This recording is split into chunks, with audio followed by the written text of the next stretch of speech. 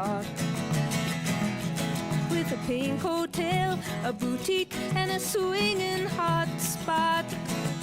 Don't it always seem to go that you don't know what you've got till it's gone? They paved paradise, put up a parking lot.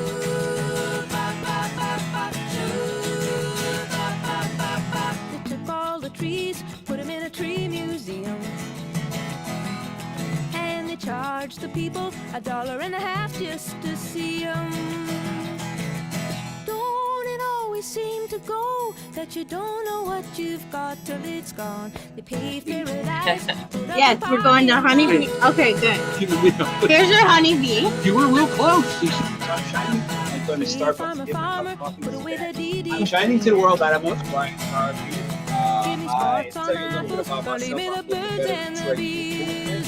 Hello, everybody. My name is Thomas Lawrence. I'm not a former. I'm semi-retired mental health therapist. Which is called the Architecture Agency, is really to go into kind of what 5 different things were found about creating this. Late last night, I heard the screen door slam.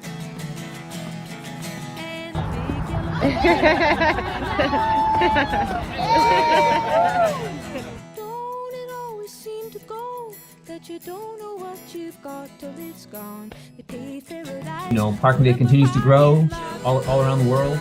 You know, in Japan, there is not a whole lot of street parking. Actually, they manage their streets way differently than we do. There actually isn't a lot of street parking allowed.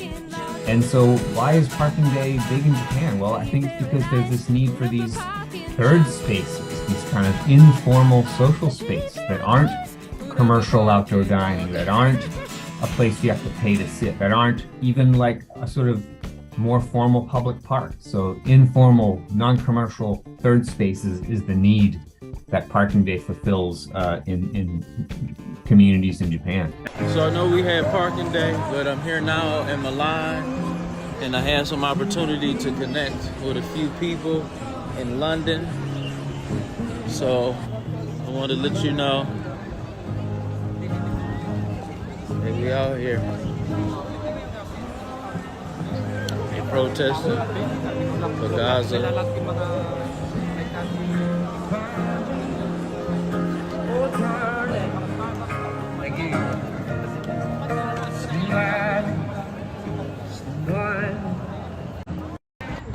So you said you've walked by 3 times?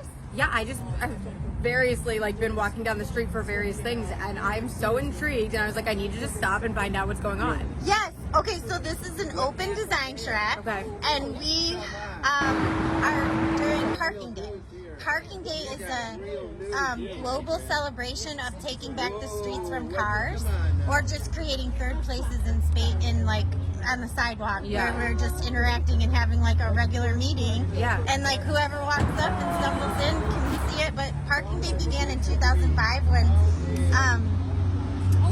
John Bella and his team at Rebar, they put change in a meter and turned the parking space into a park. Okay. It was a congested street. Yeah. And so it was to force the situation of mass transit and biking and walking. And if you don't have those things, you're never going to fix the parking. You can't have enough parking for everyone. Yeah. So that's what this day is celebrating. And this is our 9th annual, but they've been doing it since 2005, and there's global little parklets going on all across the world right now. Nice. Yes, yes. Thank you for asking. Of course, of course. Okay. Jim has this.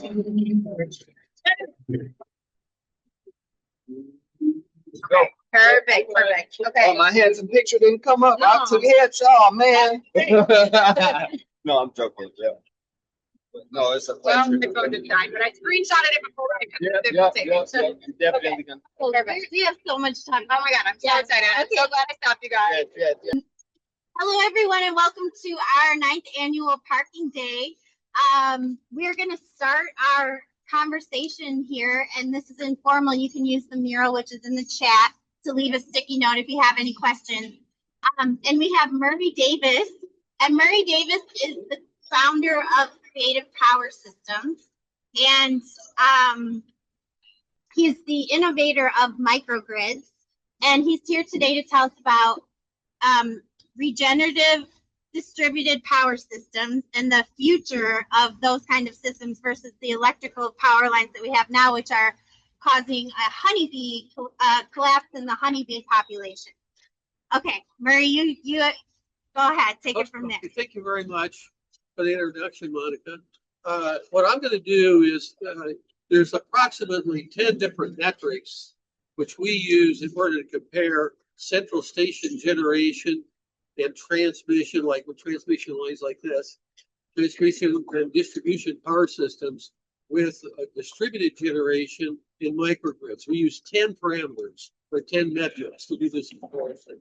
Today, I'm going to do the condensed version. She's only giving me 20 minutes, and we'd like to have people ask questions on that. So she's only going to give me 20 minutes, so I'm going to only cover 6 of those 10. Right? But at least I give you some meat, a little bit of meat on You the can bone. go over 20. All right. You can go over if you need First of all, I'm sorry, what? You can go over if you need to. Well, okay, all right. All right, so let's start out with efficiency because that's a very important. The efficiency of a central station generation electric power system, that's typically the ones we have built today. You know, they're like on 80-acre parcels of land, huge coal piles, et cetera, et cetera. A lot of infrastructure, many, many, many miles of transmission corridor, whatever. All right, so when we look at the efficiency of those systems, which is based on the steam cycle, it's 38.6% is the efficiency of that system. And you probably would ask, why so low? Okay. Well, the reason is this. First of all, you're milling the coal, you're blowing the coal into the boiler. You know, the boiler is heating up the water. The water then is from the water we make the steam. We reheat it at higher temperatures and pressures and so forth. And then we will then direct this steam to the high pressure, the intermediate pressure, the low pressure turbines, then used to turn the generator, which is then used to be interconnected to these transmission lines to transmit the power out to the system. Okay? Yeah. Now, the problem is that steam cannot be pumped. You can't pump it. It's like trying to pump air. Okay, you can't pump it. Okay. Okay, so what you got to do is condense it. So after that steam leaves the low pressure turbines, it is sent into what's called a condenser, which has a set of tubes where the steam goes through the central part of the tubes, and there's river water, lake water, whatever that's on the outside of the tubes, which condenses it back in the water. The water then is pumped back into the boiler using the feed water pumps, and we go through that cycle. It's that condensation step where we lose all this energy, because if you notice, that energy then is dropped normally into the river, or it's dropped into the canal or whatever, and the fish may do great, but you're losing a horrendous amount of energy by dumping all of that energy into, let's say, Lake Erie for us here, or Lake Erie. Okay. And so therefore the system only has efficiency of 36%. That's only the generation portion. That's only the generation piece. I haven't talked about the transmission and the subtransmission and the distribution piece of that efficiency. Okay. That also has losses, right? In fact, the average annual losses for a typical transmission distribution system throughout the entire United States is 7%, the average annual losses. But on the peak load day, it's almost 20%. Okay, that we're throwing all of that energy away to serve that peak load because of the inefficiency of that system. All right, what our system does, by comparison, looking at efficiencies, the distributed generator is located almost near the load itself. Okay. Whereas our generation is sitting there and interconnected to the distribution circuits that's sending out the power to the load right there. We're not transmitting it through a system of transmission, sub-transmission, and various substations to get to that point. All right. Our losses is less than 3% of just that 7% piece. But our generation piece, because we're not condensing, We're not condensing steam back into water. Our system is 79%. And you say, well, how do you get to 79%? Jen would like to know. Nobody else does this, right? Could Jen ask a question now? Sure. Go ahead. Okay. So on the lot, so if I'm hearing you right, then we're in the activity, you've got the 39%, then the 7% is of the 39, correct? 36%. 36. And then on high peak days, you're losing 20% of that 36%. That's correct. Okay, I just want to make sure I Well, in other understood words, that properly. Yeah, exactly. Yeah. So the overall efficiency is It's really even bad. less. It's really bad Oh, because yeah. because you only got an efficiency of 36% when you generated that power, right? Yeah. Because you dumped all the rest of it into the river. It's like starting you at heat it 30 up the miles river. per gallon and getting 2. Or, Yeah, exactly. However, so the question is, the other question you should be asking me, how are you doing this? well, Are you that's gonna be doing my this? next question. I wanted to make sure I understood. How are you further. doing Yeah. this? How are you doing it? We don't throw that away. Okay. We keep it, and we actually use that energy to provide the hot water to the industrial and commercial customers. Reclaim it. We reclaim it all that we can reclaim. Right. Okay. All right. That's why our efficiency goes from 36% up to 79%. Okay. We've been as high as about 82%, some cases. All right. And the efficiency of the electric power side of it, that's the thermal side. Our electric power side, we're only losing 3% in our system. Wow. All right. So that's the difference. And they're losing 7, right? 7 to 20. The average annual losses for the electric power system from the terminals of the generator out to serving you as a customer, Distribution, yeah. that's the 7%. Got it. But on the peak load day, it's as high as 20. Wow. In fact, we've measured all that. In fact, I have published IEEE papers that go back, into the 1980s where we measured all this stuff. Okay. So It's you have all the history documented. and the You trend. look me up and you'll find all these papers that are published. Thank you. All right, so now we've covered efficiency in a rather quick way, but now you know how we are, generating power at much higher efficiencies. Now, the point of it is the efficiency of our generation is not that much better. Okay, it's not that much better. The efficiency of our generation of electric power The down. is not that much better. We're at like 40%, which is pretty damn good, okay? But what we're doing is not throwing the rest of it away. We're using that thermal energy that's left over in order to serve the thermal energy needs of the customers. You get what I'm saying? Yes, Okay, absolutely. all right. So it's not a big, So instead of just saying it's not some gone, big you're saying we revelation. can It's not use some this. big revelation. Yeah. Our efficiency is 40%. Theirs is 30. 38 is the very highest there is with supercritical units like the new power plant 1 through 4 But down with at the the volumes you're talking about, that 4% is a big deal. I'm sorry. With the volumes you're talking about serving, that potentially serving. Oh, that hell yeah. 4% is- Oh, yeah, it's Yeah. huge. It's huge. Yeah. All right. So we've covered efficiency pretty well. I Yeah. think. I know it's quick. I know it's very quick. I spend many hours covering that different Yes, subjects. exactly. Okay, but okay, that's that one. Now let's talk about reliability. Let's talk about reliability. If you noticed, back in 1965, the reliability of this system that we're standing on right now, the reliability of this system was 0.21 frequency of outage. Okay. What that means is that every 5 years, on the average, I lost power. Or you lost One power time? every 5 years. Once. Once in 5 Okay. years, you lost power in 1965. Okay. Wow. Once. Today, it's 2 times a year. Right. Now, that's pretty much universal across the country. The only difference is that if you go to New York City, for example, and Staten Island, I'm very familiar with that system because we've worked with those guys back in history, okay, on automating that system. Oh, yeah. Okay. All right. And if you kind of go back to that particular period of time, we were automating the system. In fact, I did the largest distributed automation system in the United States, where we actually automated 60% of the system. It was a hell of a lot of megawatts. Oh, I 60% of the system. It would take 60 times 12,000 New York megawatts. Power Authority is Northeast, right? Okay. So that's a large Okay, so the grid. power, what you're talking about, okay, in that particular area, they only automated that one circuit. We did the system. We did 60% of the system.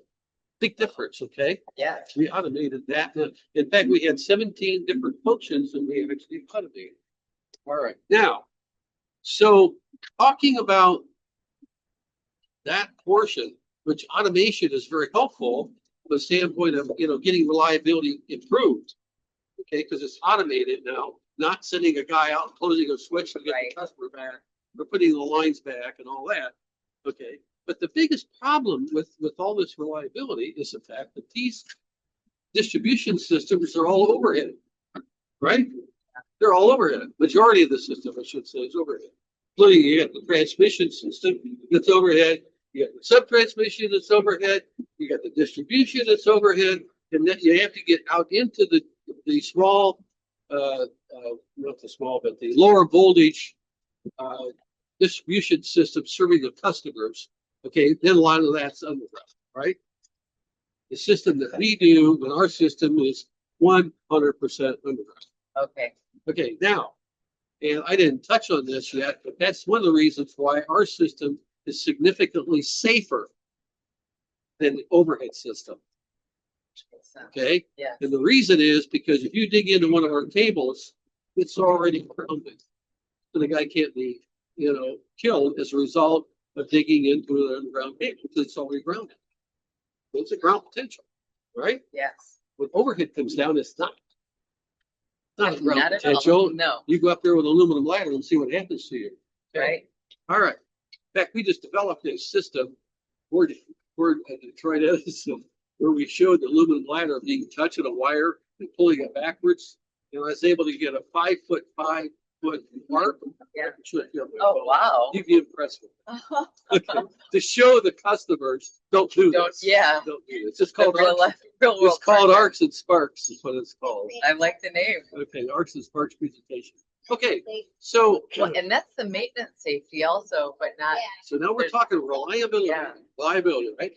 So you got trees, you got ice.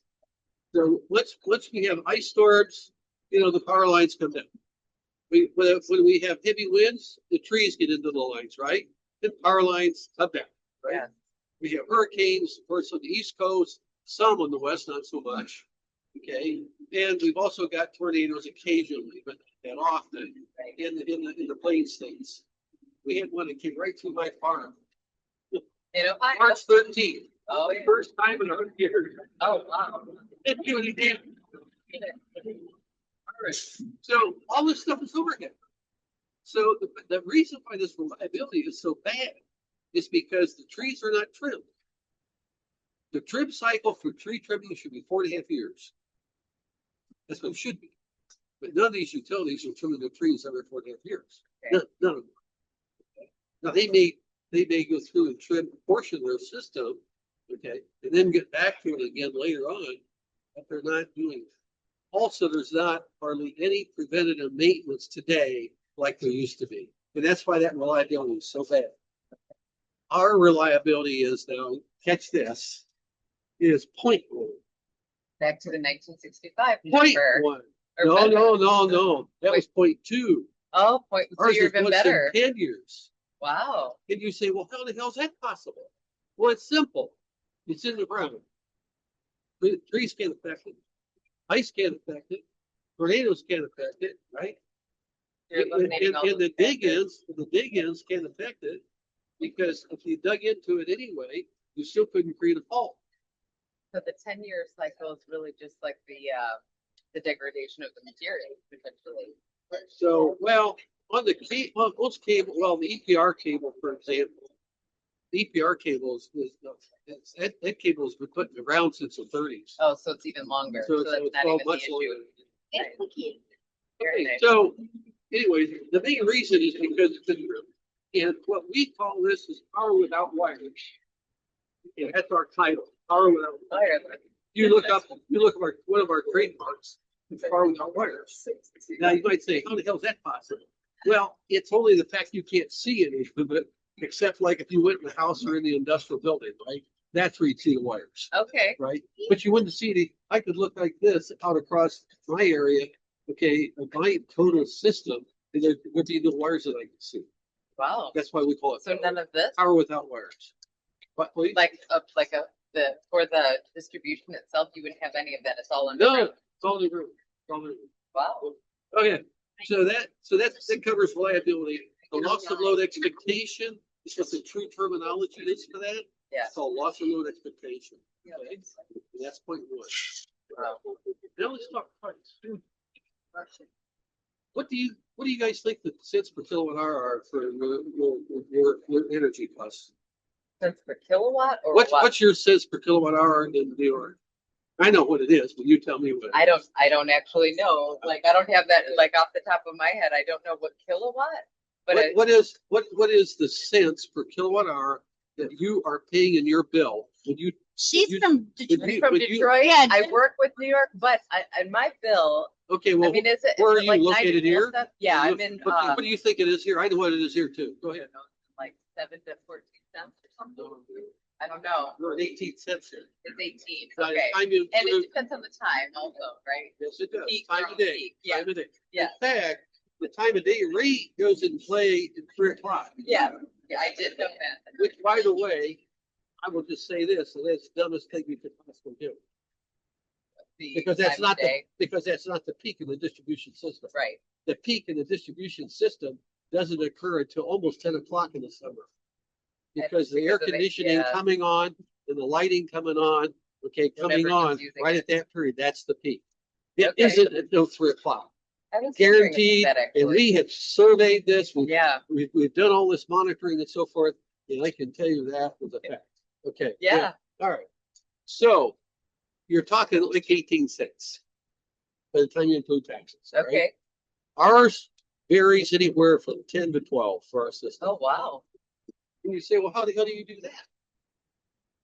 You kind of We're see it not- already, we're- but yeah, we're not throwing away everything, right. right? Look at our efficiency. Absolutely. Look at our efficiency of the system. If we were to throw away half of the energy, yeah, okay, ours would be up at 18 cents too. Right. The other thing that we do not include is useless, stupid, dumb wind power and solar. Okay. I did a study. It's almost 3/4 of an inch thick study. I think the date on that was I think it's 2003. Okay. I think it's 2003. On do not invest in wind power. Do not. Okay. Okay, because the capacity factor for wind power is 27%. Let me explain a little bit about that. The wind has to be up to about 7.8 miles an hour before the blades will start to turn. 7.8 is what they call the cut-in. Okay. Okay. Once you get up to 28, it's got to cut out because the power can't withstand the extra force, wind force. Okay. So you have to cut it out. Okay. So you can only run that And wind limited. turbine during that period where it's 7.8 up to 28. And the average wind speed in Michigan is 11 miles per hour. Okay. The average is 11. Right. Okay. The capacity factor, as I said, is 27. What that means, it's almost like you go to the car dealer and the guy says, hey, you can drive that car 100 miles an hour, but you can't drive it over 27. Okay. Oh, real? You say, It wait a can minute, get I that thought you way, just but told you me I can't. could drive it. Well, yeah, the capacity of the system Can handle that. is 3.4 megawatts is what it is here. Each unit is 3.4 megawatts, each unit. Yeah. Okay, because you only get 27% out for the year. Wow. There's a guy that, this was 2 years ago, sits about 3 rows behind me in church. It was on August the 3rd, so he that parking lane. It was clear. I asked him, I said, hey, what's the total amount of wind energy that you're generating right now? And that was when we had 500, Yes. okay? He said 0. 0. None, 0. 0. Wow. Because he looked it up on his telephone. Okay, because he had access to all the You can see data. it digitally. Yeah. Wow. 0, he said. It's only 27%. He would invest in a system, 20% of the system capacity out of it on the average? No, it's dumb. Now, that's only a portion of the dumb part of it. What's happening to the That's even other worse. 75? You know, It's even worse. three-quarters. It's even worse. All right. Now, I don't know if you know how power is bid into the system, but let me cover it Yeah. briefly. Okay. I'm going to come up with what the power requirement is. Okay, every 3 hours for 24 hours. Okay, but typically it's done for at least 2 days into the future in detail. Don't be You're gonna forecast. do the honeybees, correct, too? Sorry, what? Are you gonna get into the honeybees? Yes, as I am. well? Yeah, Or sure. I don't wanna I know we're getting lose there. that. Okay, We're good. getting Okay, there. good. All right. Yeah, so let me get back to okay, bidding into the system. All right. Most of the generation will then bid into the once they know what the load is going to be every 3 hours. Okay, each generator he's bids into the system, right? Yeah. He bids in. And the nukes they bid in at 0. And you say, whoa, why do they bid in at 0? It's simple because they want to run. Right. They have to run. They can't. You can't cycle different units. Okay? You can't do that. Okay, so they bid in at 0. Now that's not what they get paid. That's just what they bid in. Right. Okay. In other words, they get it's almost like almost like the striking price. They get paid like what's like the striking. Yeah. Rate, you know, like it stocks. Yeah. That kind of thing. All right. Okay. So do you know what the wind guys bid in at? But They bid in at 100. You know what the average is of most of the other generation? It's around 40. wow. Yeah. How do you think the price of it? We're getting into why is the price so high? Efficient. We're getting into why is the Yeah. price so high? The renewable energy is what's driving the prices up. Okay. Okay, with no benefit at all. Okay. No benefit at all. Okay. So there's why the prices are high. So we cover reliability price, and I will briefly cover infrastructure, saying that look at the hundreds of thousands. And it's actually almost millions of miles of right of way and so forth that's eaten up with this kind of structures and other types of electrical facilities, right? And in the paper, it covers all that stuff in detail. All right. Yes. Now, and I've already covered losses. Now we're going to talk about Honeybees. biological effects, which our good friend over here, Monica, is going to be giving me a honeybee. Yes, we're going to honeybee. Okay, good. Giving me a Here's your honeybee. You were real close. You see how? Yeah, yes. Okay, we were close. All right. I think all of you have probably It heard looks more like about a the thumb. fact that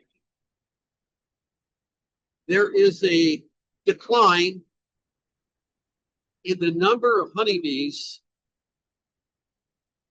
that's used for pollination. Yeah. Right? Yeah. In fact, I have heard many different numbers published on this of what the value of the honeybee is for pollination. You know, because there's certain plants, vegetables, or whatever out there. If they're not pollinated with the honeybee, you don't have that value of whatever that vegetable or whatever it may have. Yeah. Okay. And it's like 150 billion worldwide. Wow. The honeybee value. So it has significant value. Right? Okay, now let's talk about the Earth's magnetic field. The Earth's magnetic field is 25 Teslas times 10 to the minus 6. Okay. And it goes up to approximately 65 Teslas times 10 to the minus 6 is the electromagnetic field strength of the Earth. Now, on solar flares, which is every 11 years, that number gets high quickly, but then goes away.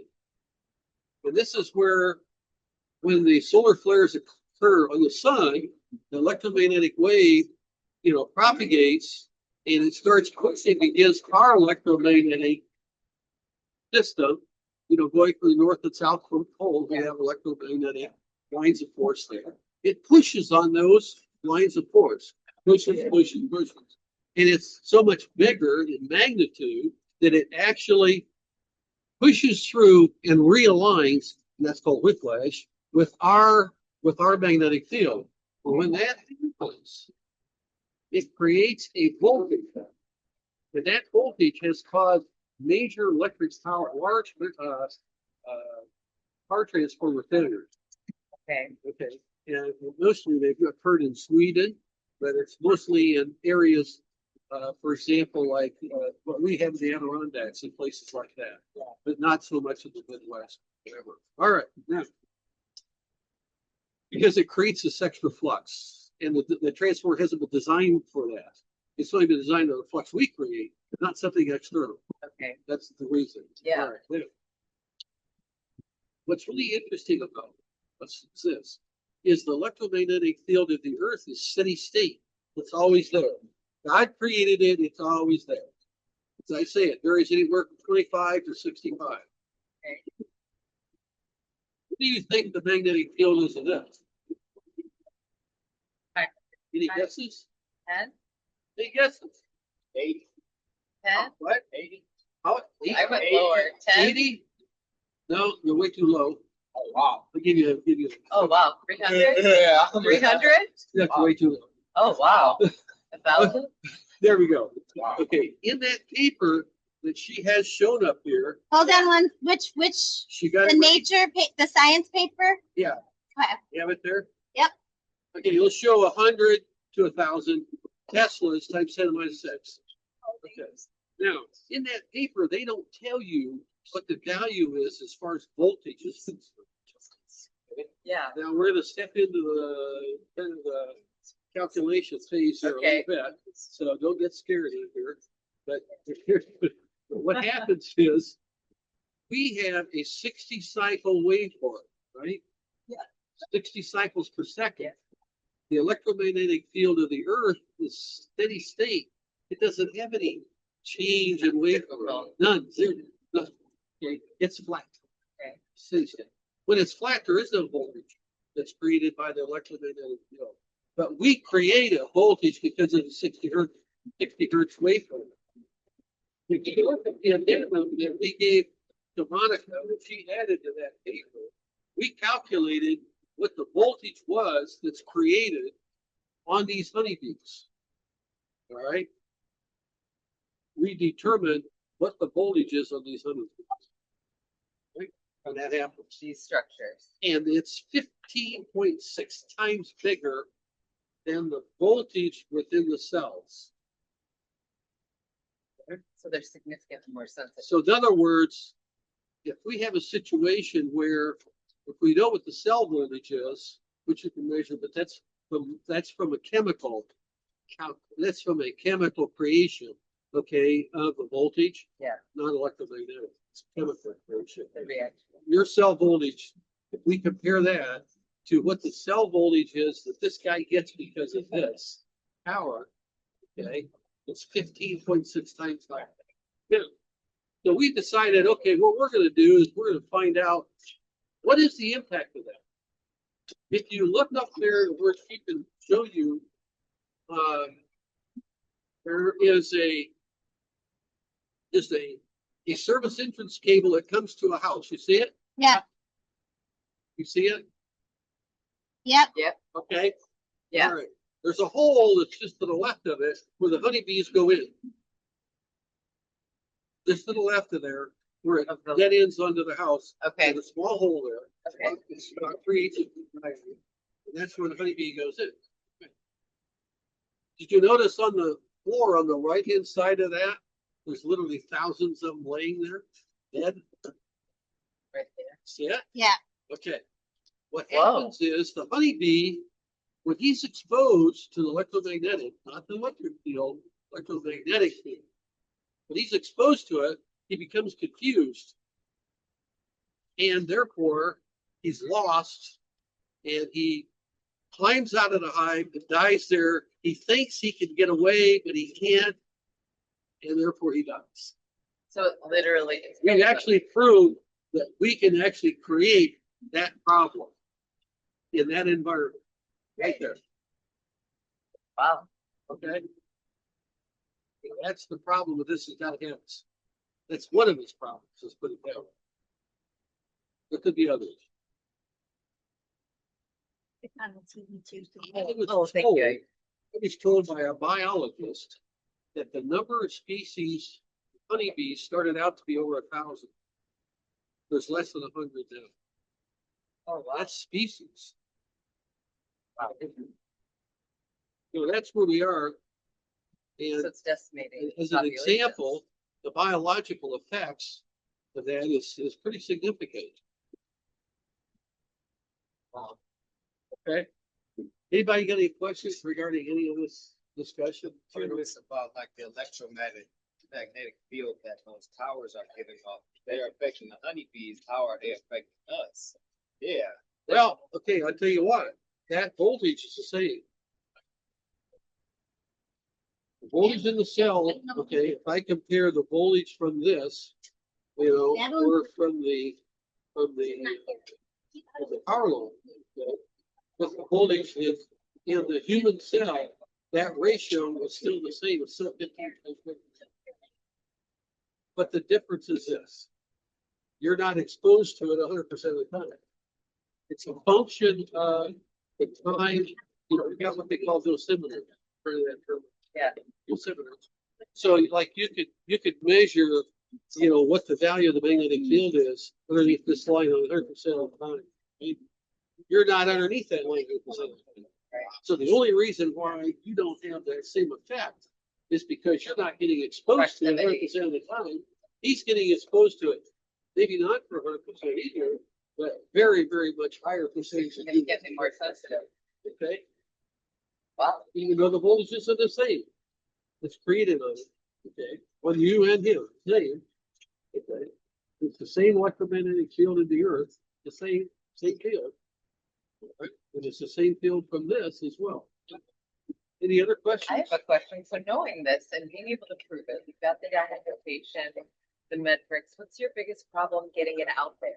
Like getting people to respond to it? Because I mean, it's the way impact, it makes sense. And if you can prove it out, the way we're responding to it, yeah. we don't have any wires that are exposed at all. But I mean, what is your All our stuff is under. So with let's say we wanted to create an initiative to replace what we have our infrastructure. What challenges are you running into the current state versus future state? What's your biggest challenge? Okay, well, the future state, okay, like I said, would be I would put all the feeder cables coming out of a substation underground. Okay. Now you don't have it because it's ground potential now on the electric power line. It's ground potential. There is no electric field. So what's preventing that from happening now? Yeah, talk about your conversations with DTE and others. Where are the hangups for innovation to happen? Yeah. Well, they know also that there's no electric field. Okay, the electric field is what creates the voltage. Electromagnetic, okay, from the Earth's magnetic field, okay, or from the magnetic field that's creating the voltage. We're talking about the electric field that's created by the presence of the voltage. Right. Okay? There is no electric field presented in that piece because it's underground and it's grounded. So when you're the jacket on the cable is grounded. Okay, so there is nothing there that they could be exposed to, nor can you be exposed to. So do they not see this as an issue, even though it is? Well, everybody knows that it. Okay, not everybody knows it's a honeybee issue, but everybody knows it can be an issue of whether it's overhead or under. Yeah, that we know, that I think a lot of people do know. Yeah. But are you interacting with DTE and other utilities right now, or are they not even hearing this? No, we normally, what we do is we build our own systems that don't have any effects. Yes. And so you're just doing it independently. In other words, we build a system that has the highest efficiency, number one, the lowest cost, highest reliability, and it has no effect on biological effects because it's all buried. Okay? There is no voltage there. There's no electromagnetic flux there, so there's no effect. Okay, so I eliminated all four of the problems. And with what has been your a major barrier to the implementation factor like this model in terms of what. Like, is it the power companies like stuck in their old ways, or Well, like? okay, you guys bring up a good point. I can't tell you the situation in New York, how it is there, but I do know this, is that here in Michigan, they have a franchise. Okay, in other words, the electric utilities have a franchise, right? They have a franchise. And we can't just go out and build something, okay, within their franchise area. Right. Is that what your question is? I can't build anything within Well, their franchise area. For me, However- who's your customer? Who is it working for? And how do you however- expand it? However, there is a way around that. Okay. Let's suppose that you are a developer. Okay. And you own a piece of land and you want to put in 1,000 homes. You want to put in some small amount of commercial and industrial customers, and you want to make an independent system, a totally independent system, Yeah. where we are going to provide the generation for it, no interconnection to the utility whatsoever. Okay, none whatsoever, no interconnections. I'll still have a reserve margin to cover any outages. Okay, and serve all their electric power needs. That can still be done if I'm doing it directly for the developer. So it's totally private. It's not That's interlaced private now. with the public It's entities at private. all. It's not Got a it. public. It's not a public. Got it. And have you tried to link with the public entities, or Sorry, just, what? have you tried to, well, I guess I don't know if there's a benefit or not, because the barriers to entry for the public utilities with the current bringing on, like, would they entertain this as something they would do in the future for large public projects? Oh, I'm not saying that there isn't electric utilities that might be interested in doing this, what I just said. Yeah, Where let's say it's a new area, a greenfield, right. and there's a lot of new customers that they want to attract into this area. Let's just take a real world situation. Exactly. Let's say that's on the horizon right now. AI data centers. Yeah. Yes, perfect All right, example. Perfect. All right. Sorry. In the Yeah. case of the AI data, Sorry. the AI data centers, okay, those are totally independent systems. Okay, they don't want anything to do with any interconnections or Security. any optional ways of interconnection whatsoever. And so those can be totally private. Okay, We could do so, and I'm aware of at least one like that. that is private now. Yes, it is. Okay, I'm aware of that. But, and if you'll notice, I know that they said now that the modular nuclear is probably the best power source for that too. so going back to the honeybee portion also with that impact, Monica, you mentioned there's like a study going on, right? A big study. How does that interlace? Like, is part of what you're doing linked to that and trying to positively impact the population or like reduce the impact? I know it will, but Murray, didn't you come up with your own theory of like you proved it, and what was you were telling me about, like that nobody else has what you were doing around the honeybee? the proof of the We- Proof of that. We're not aware of anybody that has taken the condition that all these people that publish a lot of data, okay, but have not proved what the actual voltage is that they're getting exposed to, other than the fact that the lady who is the author of that article, okay, she said that the exposure that they have to the voltage is causing them to become, They like lose their learning capability. you're getting close. like dormant. They get They get confused. confused. Yeah. Okay, Yeah. In other words, the bee becomes confused after he's been exposed to it, and therefore he can't make it back home after he's done the foraging and he's got the honey, but he can't find home. I can't look. He Okay, can't find home, and that's another source of the problem. This case is where he's brought his honey back, but he can't get away. Okay, wow. that's a different situation Yeah, there. yeah. Okay. So there are multiple impacts There is here. multiple impacts, yeah. Which confused him, and now he doesn't know how to get away. Well, Whereas before, he doesn't know how to get home. that makes sense. Yeah, okay, Absolutely. Yes, okay. I got So it. that, we don't know of anything that anybody else has done as that. far as calculating the exposure that they have and the magnitude of voltage. That we did. Okay. We're not aware of anybody else that did that. Is that what your question was? Yeah, Yeah. yeah. Okay. Jen's question. Yeah. Any other questions? I got I have one. Yeah. We discussed earlier a particular audience that you agreed was probably the most important audience for this conversation. Yes. And would you share more with that? Sure. Who's that And audience? we, There's probably three audiences, right? Yeah. There's high school students, college students, and then we've got people that's in the profession, right? And probably the best audience to share this with is the high school students. Really? there we go. Okay. Is that what you find too? The future. Is that what you find too? Yeah, exactly. Yeah, yeah, Exactly. that's what we find. In fact, all the times that I ever talk to people about it, it always comes back. It seems like there's always one or two of those students that are high school students really know where the future is going. I'm amazed, really. Whereas when you generally talk to people that's in the profession, a lot of times they're already tied into a system that they're adapted to. They make money based on that system and they can't see outside the box. It's kind of like our education. Which is system today. probably Well, and that's what what I'm thinking of as you're talking is how do we integrate a technology like this into the current infrastructure to improve it and then slowly transition it away from old to new. You can actually do an integration.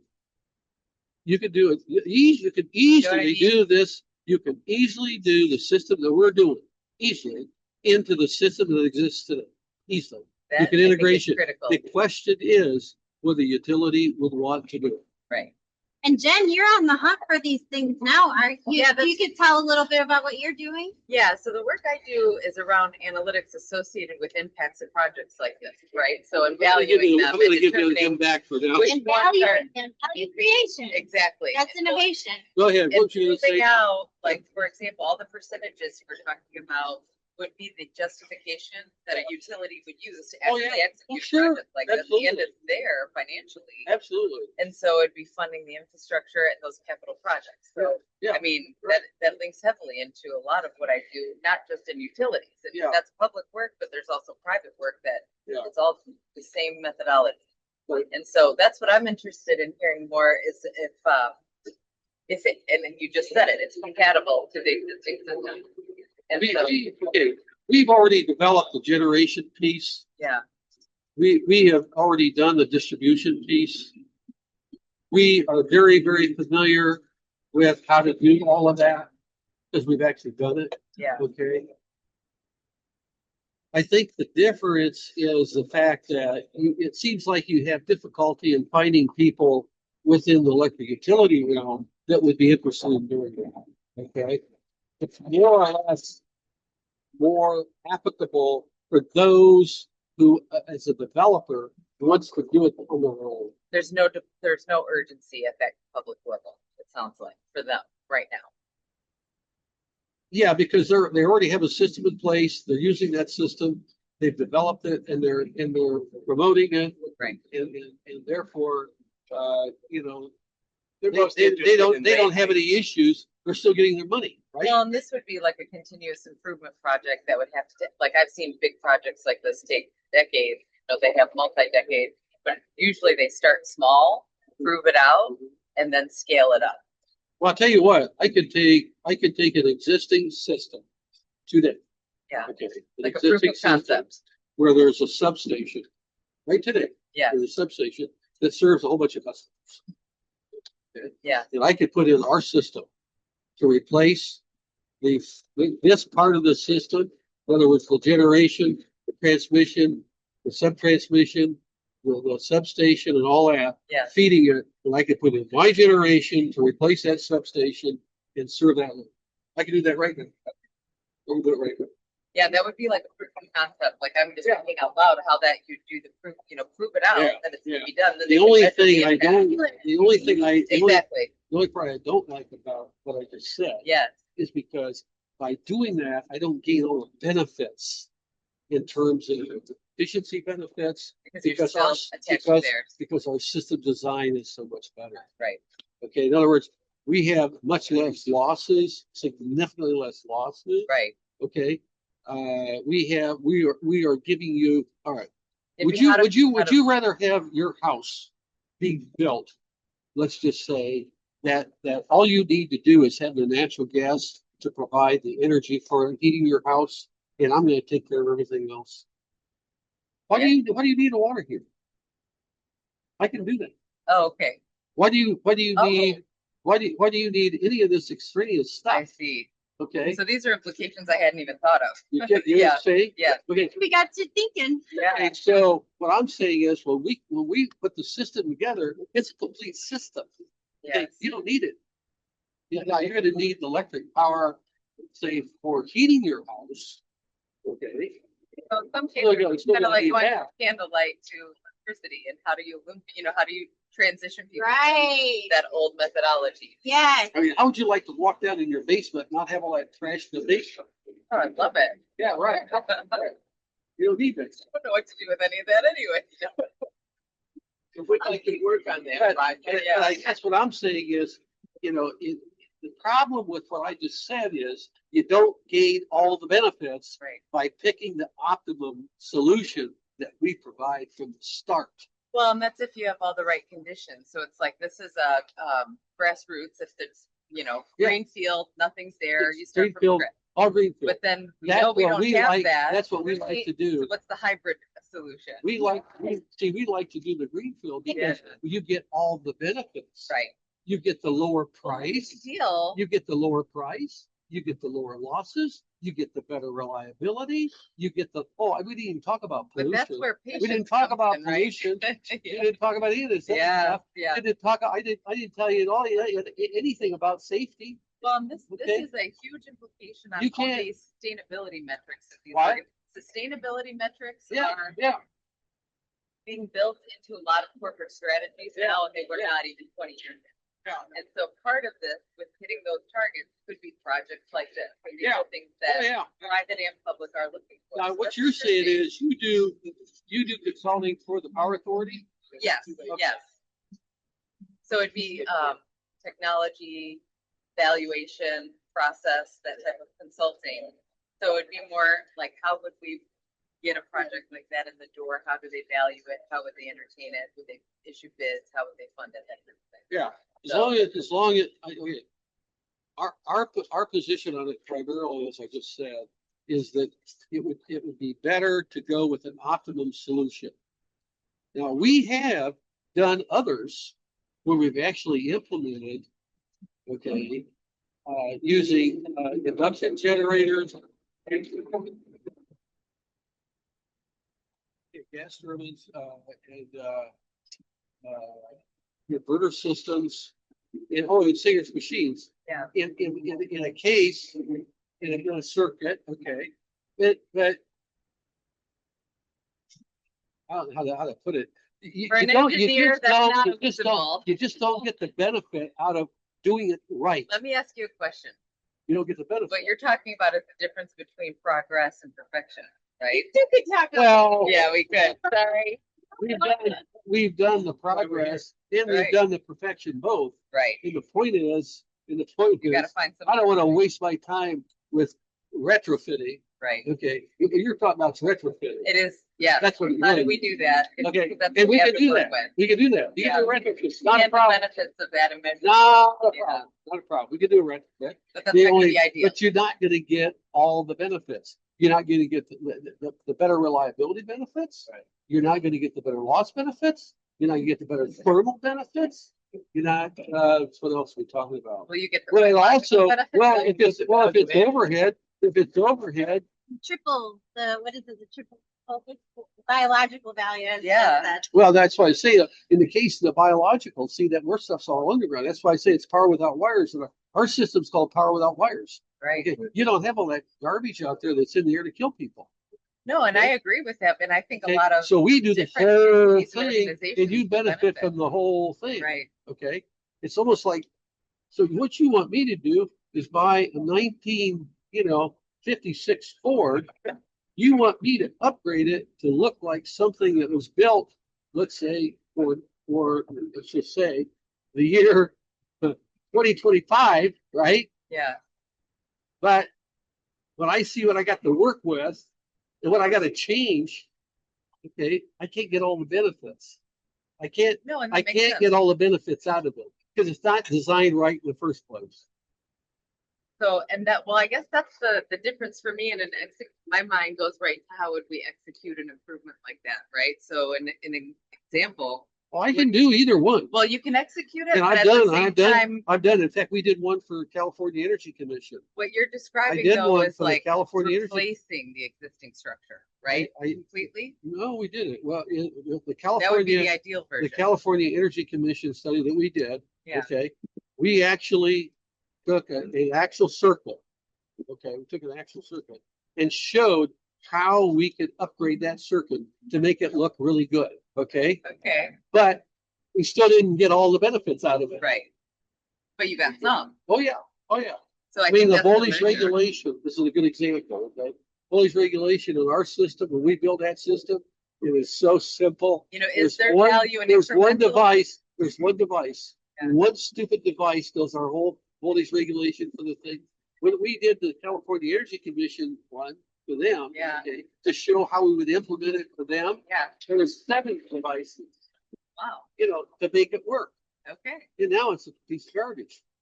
Okay, okay, that from a standpoint that's complex, the other was simple, yeah. so on. Now, like I The said, my quickest way to the solution might be in a 12th grade seat. 12th grade teacher. So, Hey, I It's a actually got, future- yeah, I Go got ahead. 2 questions. I wanted to know, you said you upgraded the system in California. I kind Yeah. of wanted to know that, what did you say, 38% to that, 78%, what was the increase? in Okay, we didn't do percentage anything on their efficiency? generation piece. We only implemented it for the distribution piece. Okay. But we put in the generation on the circuit itself. You get what I'm saying? All right, So, we added generation on the circuit The itself existing to circuit. provide the generation for that circuit. Yeah. Okay, but that's not the way we would do it if we 'Cause were you're getting doing the our circuit system. losses that you would avoid. Okay, Right. it's much simpler, much better in terms of benefits. If I line up all my generation here and serve it, and I get much more, I get significantly less losses and all. We still did the generation piece. But by the time we did that and upgraded that, plus the voltage regulation piece, which was ridiculous, okay, we got a lot of benefits out of it, but to go back and retrofit all that, and you still got the issues of overhead lines killing people. Why would I put my system in? I don't have any of them. Yeah. No, any of those problems. None, zero. so my second question, I work. Right? The Better Detroit Youth Movement. So I'm actually interested in how we can introduce your system to some of the youth within the city of Detroit. One of the projects we're working on was the Adopt a Park program with the Detroit Parks Board. Dr. Jane Lasky Field, we're actually interested in possibly developing it into a smart park as a way to develop and duplicate the process. What are you gonna include in the features for the smart?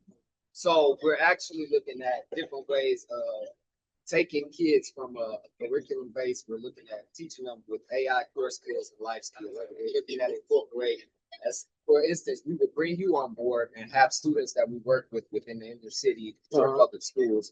We will build them, bring them in. We will have teach them and actually possibly be able to work hand in hand with you, so they have applicable skills, but also possibly a curriculum that they can follow suit to thus to get certifications to along with creating a model that is duplicable.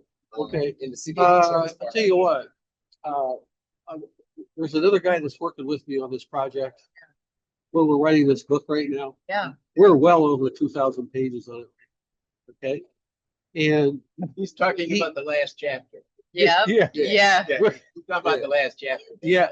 We'll get there. Yeah. We'll get there. We probably still have at least, I'm gonna say 2.5 years left to get to that point. Once we get to that point, man, then you could just implement everything that's in there. You got it all. He's suggesting a demonstration site. Yeah. Right. For your purpose.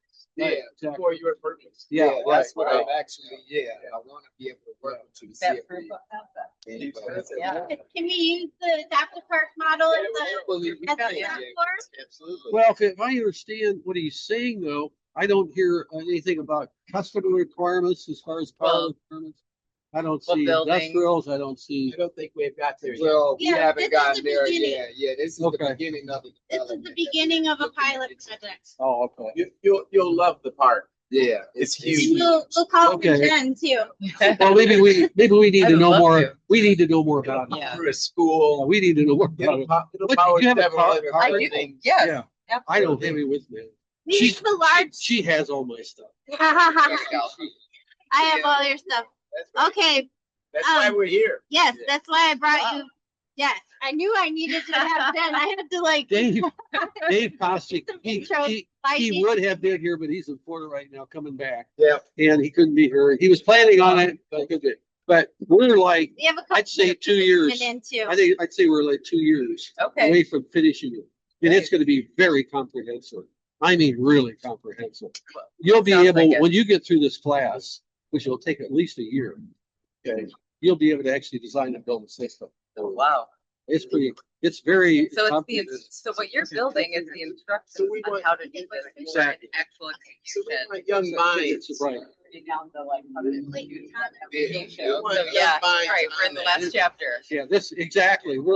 Yeah.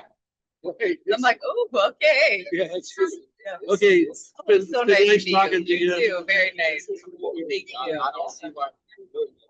Oh, my. There's somebody else over here with me. Just say hi. Oh, It's me, Heather. Hey, how you guys doing? Yes. It's a pizza place right here. There's a pizza. That's actually exactly what I was about to go do. Like a big time hit, and then I mean the other people you can when they respond, they say like I asked this one guy to fill out his comprehension, filling the application out. It says here, it says month and year. When we start. Are you? I mean, are you really reading back? So what I was gonna say is just, talk about the adoptive park program, what we've been doing, how we're looking to bridge Pontiac from Detroit and the neighborhoods downtown, looking for implementation as the placemaking and the workability between the resources within Detroit to be duplicable across. Beautiful. Yeah, versus, what is it, 45, I think, or something like that. Okay, good.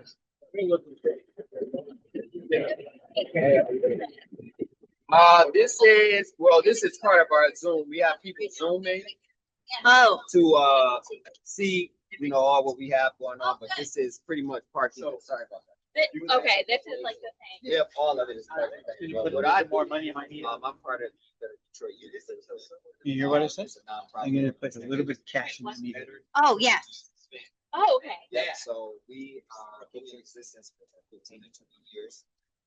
Pretty much focus on youth development, building life skills, empowering them, living with integrity, situational awareness, and incorporation of a bunch of things. Yeah. And post-pandemic, now we're looking as far as how do we get our youth connected to the resources around the city of Detroit, as well as developing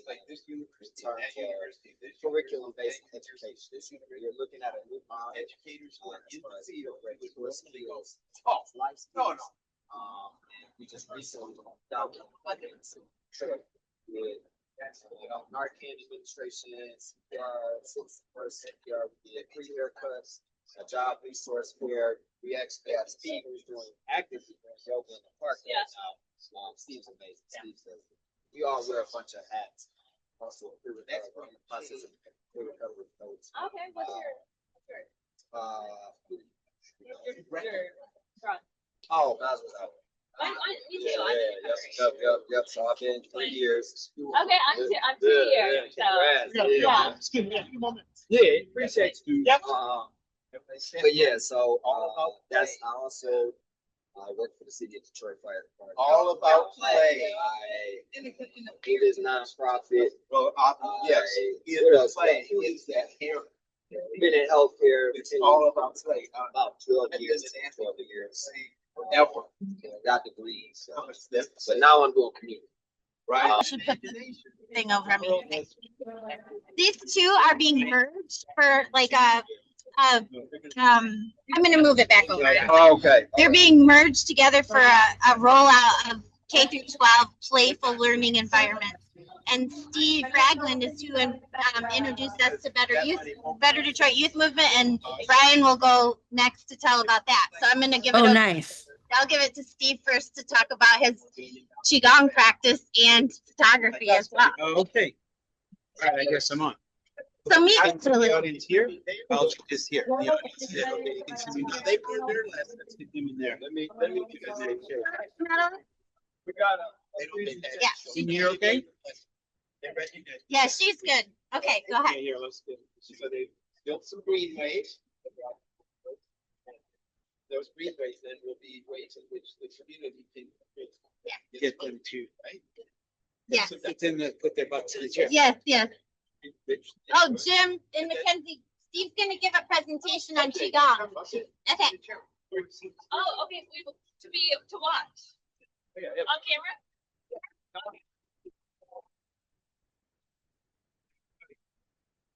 Okay, my name is Steve Ragland, and I'm a commercial photographer, also a Qigong instructor. I'm from New York City. I grew up in New York. I moved here 27 years ago. I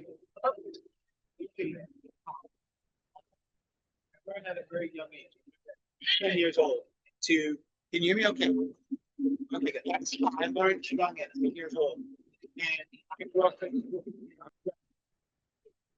And I was a smart kid. Like, so if somebody says you're not from around here, I thought, well, your mother's not from around here, but I know who she is. And I get punched in the eye and go, hey, why'd you do that? I was just giving you something back, which led me to my Cuban babysitter, fresh from Fidel Castro's Cuba. And she was aggressive. She said, if you come upstairs, if my bike would get taken, and I got bullied. I never told my parents that I got bullied. I kept my mouth shut, but I showed the aggression to the kids outside that I still couldn't beat up. My babysitter says, hey, you come upstairs crying again. You're going to get up here worse than what you're going to get down there. Baseball bat, man. I said, go get your bike. I went out to get my bike, swinging back, eyes closed, tears dripping. She probably had to sneak up on people like I was a cheetah. They'd be like, where'd you come from? Surprise. However, bike would be on the ground, my tears would be dripping, the guy would be over there, bike there, guy there. Wow, what a way to defend myself. This was working, I don't have to extend my hands at all. So one day I got another bully. I'm gonna make this quick. Took my bike, bigger, not afraid of me, but I was afraid of him. But I decided to throw out the trash back there. I took the trash can. I threw it down 8 stories. Yeah. It didn't hit him, but at the 8 stories down, there was a housing police officer. Looked up, counted 8 stories. I hid behind the door. It was 10. And he said to me, where do you live? And I said back, I can't tell you because I'm going to die today. I'm going to die 3 times. My babysitter's going to kill me. My mother's going to kill me. My father's going to kill me. And I'm dripping with tears. I'm not telling you where I live. Of course, I had to tell him, right? He eventually talked to my babysitter talked to my mother, talked to my father. My father was in the Korean War as military police. Very calm man. He said, what's going on with you? And so I've been beat up. And the only way I can protect myself is throwing something. He said, well, you want to learn karate? I'm like, yeah, I want to learn. This is going to wrap this up real quick. We went to the Kung Fu school, we watched the demonstration, and watching everybody punch and kick and all that. I'm like, wow, I'm gonna be Bruce Lee today. Let me come to this class. We sign up. First day we're learning Qigong, how to breathe. Like, I want to learn how to breathe. I need to learn. And then the next exercise was calisthenics, push-ups, sit-ups, running in place. And we're running in place. I'm saying, I remember running, faster, run for your life. And how many weeks ago?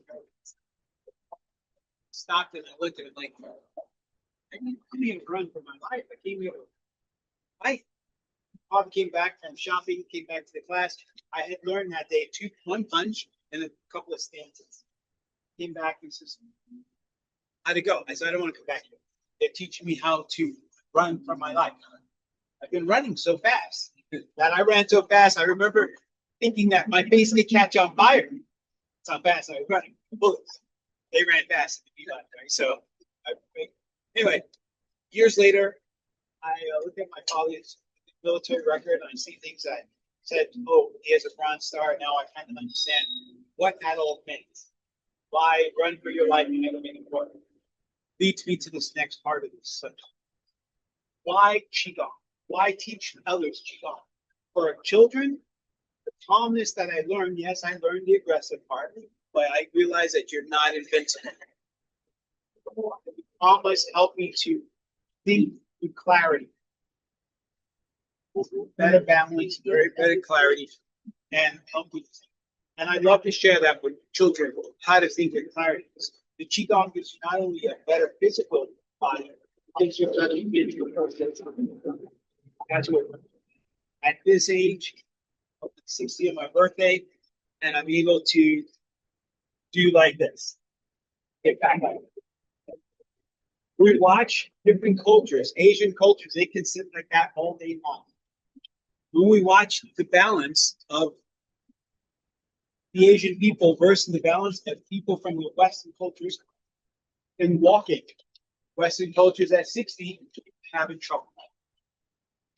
70, there's a great mobility. Up to 70, and now you're picking up their feet. Just think if you just hit this car. You're down, you broke a hip, you smash your bones before you hit the ground. None. But you watch an Asian woman I've seen them in the mall, Asian women walking full speed. And I'm thinking, well, who's chasing them? However, that's the beauty as we get older. I teach people how to balance. And to just give you just a quick wrap of what Qigong is for me as a commercial photographer, is the ability to focus and see deeper into my subjects as I'm working. It's the ability to the awareness of who you are before I take the picture. Okay? With some of the moves we see, the most famous move in the Karate Kid, to balance the frame. Now, Qigong has, I have a team of meditation. It is the fire element, that's the crane. I like to do meditation. But the crane is a part open. So when you think about yogis sometimes, and I'm certified in yoga, they say heart open, and like, oh, you know, they're like it's universal. The science behind the crane is a stretch of the fascia. So when you give a person a hug, first of all, crane looks like this. But when you give someone a hug, you reach around and you give them a hug. Fascia stretches, allowing more circulation in your body, so you feel joy. You're like, hey, how are you? I mean, that's the only way I can describe this, because I learned this at 10 years old, so my brain was like, joy, you know? But however, quickly, the Karate Kid, his famous move is the crane. And from a creative standpoint, the director, in my mind, was thinking he was forgiving him for the shenanigans. It doesn't look like an aggressive posture, right? He's forgiving him, but with the shenanigans, of course, he had to throw him, right? But he's open his heart. So we now know that Qigong has this medical purpose. It has all sorts of purpose to bring out the toxins in the liver, the kidney, the spleen, helping you with your emotions, joy, releasing fear by squeezing out the toxins, anger in the liver, if we like to have a little bit too much of grief, We change our personality. So we want to relieve ourselves of those toxins. And by going into the twist and bend, we know worry is generational cultures, many cultures, they shake in their hips. This generation worry in Chinese medicine is in the hips. Grief. Mike, answer? No, Oh, okay. no. Grief. When someone's grieving, what's their posture? They're closing. They're closing down this energy. Right? So we open our heart to also relieve from grief. But the posture of a grieving person looks like this. The posture of happiness. Balance. Always, I love to challenge people on their balance because as we get older, we forget where we're putting our feet, as I described the movement. So no matter what age, we can hold the chair. If we can stand, I teach like a little tap dance. This is the crane tap dance, right? Then we balance. Once we understand that, we circle without touching our feet on the ground. That's the next. The fullest expression of that crane movement looks like this. This is an inhale. This is an exhale. This is an inhale. That's one big inhale. Out. And then exhale. When you put your foot down, because you're like, here, what's my breath for so long? You feel joy when your foot touches the ground, but you open your heart. Balance is critical. We teach people just how to step, placing one foot in front of the other, matching your toes, and then repeating the same thing. So you remember where you are. Next move, very critical. And physical therapists do this for a lot of people. They call it a tandem stance. It's the way I learned it, you take the foot, this foot, you focus, and then you close your eyes. Right? This is hard to do with your eyes open. When you close your eyes, you go into the sympathetic nervous system. That's your fight or flight. And your body's like, why am I doing this? This is nuts. Yeah. But when you can do it for over a minute, you start to get into parasympathetic, and you start to heal your body as if you're. So the Qigong has a lot to it. The hip openers can deep, and I'll show you a brief description, and then I'll leave it up to anybody's questions. Sounds good? Yeah. All right. So we're gonna do a medical plus martial arts Qigong. It's breathing. You'll find that every movement has its use and purpose. Exhale, with the palms pressed to the sky. Exhale. See, now I'm using my hands and down, but I'm also stretching the tendons, right? Inhale, learn to breathe. Exhale. Inhale. Exhale. So it gives you awareness of your breath. That's one movement. And now I'm going to just kind of flow it. So it looks, I teach all these movements individually. It's a heart opener. And I teach it all individually. You can do this sitting in a chair. You can do this standing. Right? A lot of your energy comes from your chi. Chi is your breath.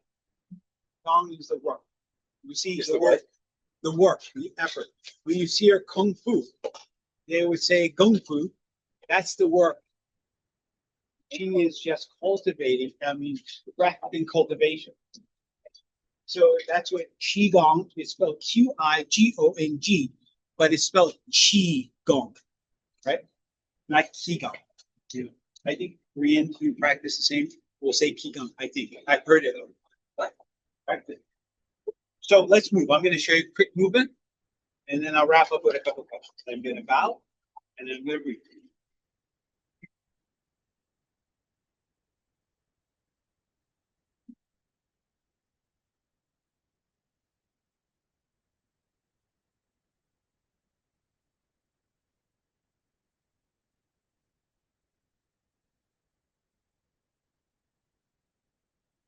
So it's just a simple flow. It could be more complex.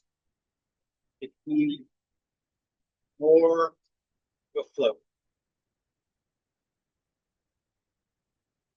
This is more into it. So some people say, oh, it's so easy. I'm like, really? Tell me about it, right? So this gets into the flow. This is a releasing angle. So I'm shining, I'm like going to Starbucks to get my cup of coffee, it's bad. I'm shining to the world that I'm upset. I'm letting go of this anger. I go back to the guy at the Starbucks. Health department says they can't take it, right? They gotta give it, you gotta throw it away. Here, shift, I throw it out. And I rejuvenate. That it's okay, I'm wiping the slate clean. And I'm coming back to my circle of breath. So now let's release our fear. Slowly stop. Throw the frisbee at the dragon. Block the heat above your head because the dragon's upset you threw a frisbee at, right? Have you seen the Game of Thrones? Now I control the dragon. For friends, I sit on the dragon. For the next dragon, I'm taming the dragon. Throw the frisbee. Block the heat. I'm going to show you. We're going to talk about something. Let's build.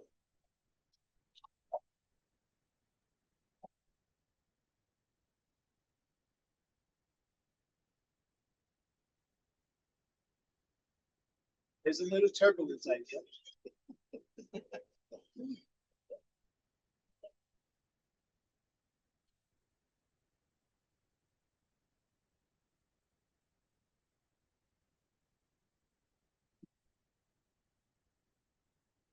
That's it over. I recommend you try that one right away.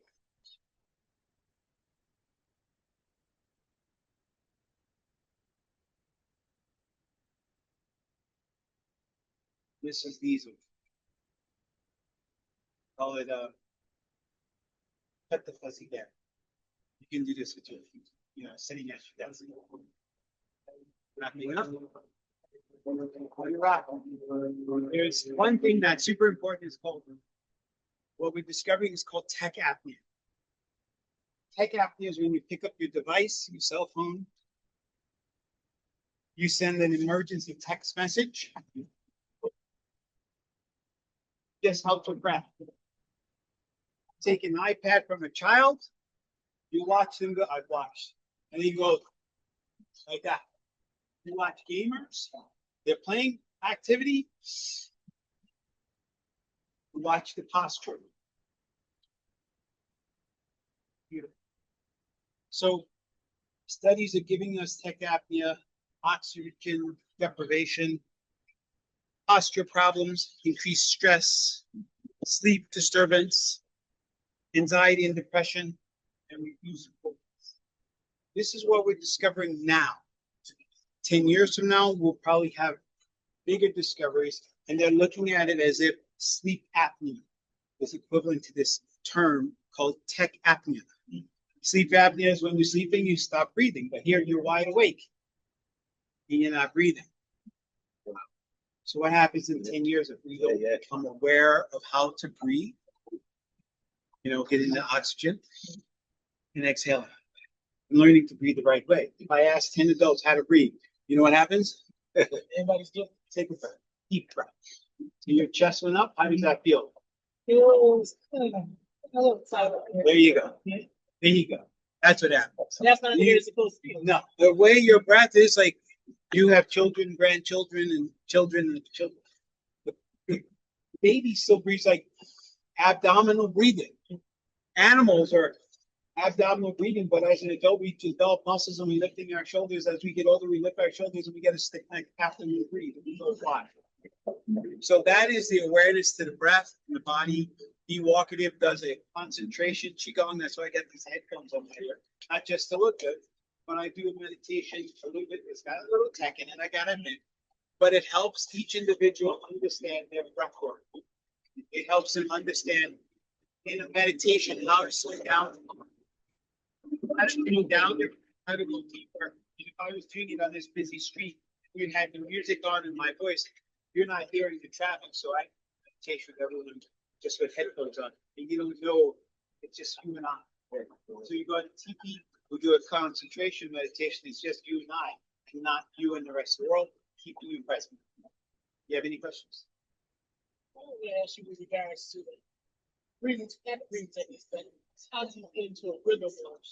How much practice it takes to all the different moves that you were doing? How long does that take?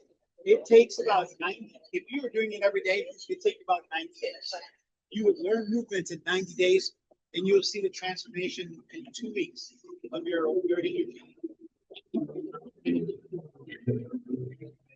teach this. I teach people like they're dancing. It's like I give you 2 moves. After 3 weeks, I give you 1 move.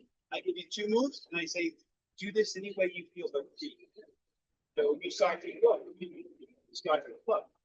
You know, this is 3 move right here. Right? You start to go. So it'll take 90 days to get it. And it's I have a Tai Chi instructor. He showed me the moves. I was his first student to get his Tai Chi 29 moves, 24 moves in 4 weeks. And he says, now you know how to move. Now you got to figure out how to master your breath. You're on your own. Yeah. And when we practice together, his movement is so beautiful. And my practice is like, I'm still getting there. You know, his movement is so beautiful. He moves so fluidly. And I'm like a martial artist, so I'm like, you know, it took me time to just be able to slow it down. You just slow it down like you're walking on the. Beautiful. So that's it. Auntie, Walkative. taking Quigong. My cousin is her daughter, my Aunt Linda's daughter is taking Qigong right now. Oh, we should talk. I began to teach from home. I got a studio that I'm getting to teach in Eastern Market with the help of Brian. We're helping in a couple of parks. So we're going to teach. Tomorrow I have a lesson at 7 in the morning. Riding Roosevelt Park, Roosevelt Park, 7 to 8, and then I go teach another class at how do you pronounce that park? Valdez Park? Ballet Park? Ballet Park. And right. on the riverfront. Yeah, on the river. So I'm Yes. giving a speech for the balance of the river and the balance of your mental state of mind. And that's Say hi to Mama Ray. Say hi to raise a prayer for Mama Say, Ray. raise a prayer for Mama Raven, our good friend. She was That's where we met her. the queen of the Detroit riverfront. Okay, that'll be important. That'll be important. Her picture's right behind you. Oh, right. Okay. Yes. Good. I'll have to add that to like the Imagine and all those other great visuals. Yes. Yeah. Yes. So that's it. That's my thing. Thank you.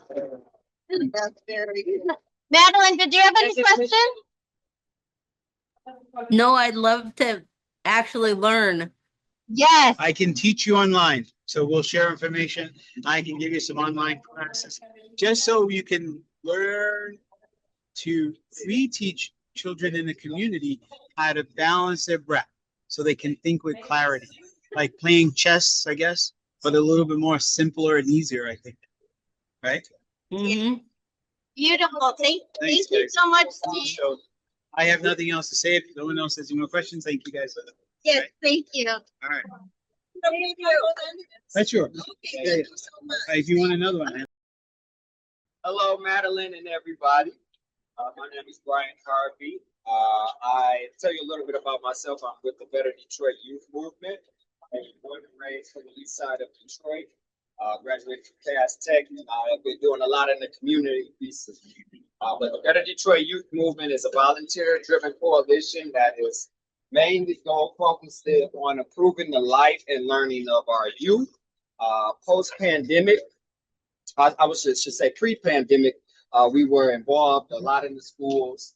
I personally got involved in 2016 in juvenile court, where I helped students through the process of the juvenile stretch or sentence, as well as tutored in some of the schools. Post-pandemic, we're looking at raising awareness, connecting families, and bridging resources. One of the things that we were accomplished this past summer was the Adopt a Park program with the Detroit Parks Coalition. We adopted Jane Field Lasky Recreation Center. The park itself is called Jane.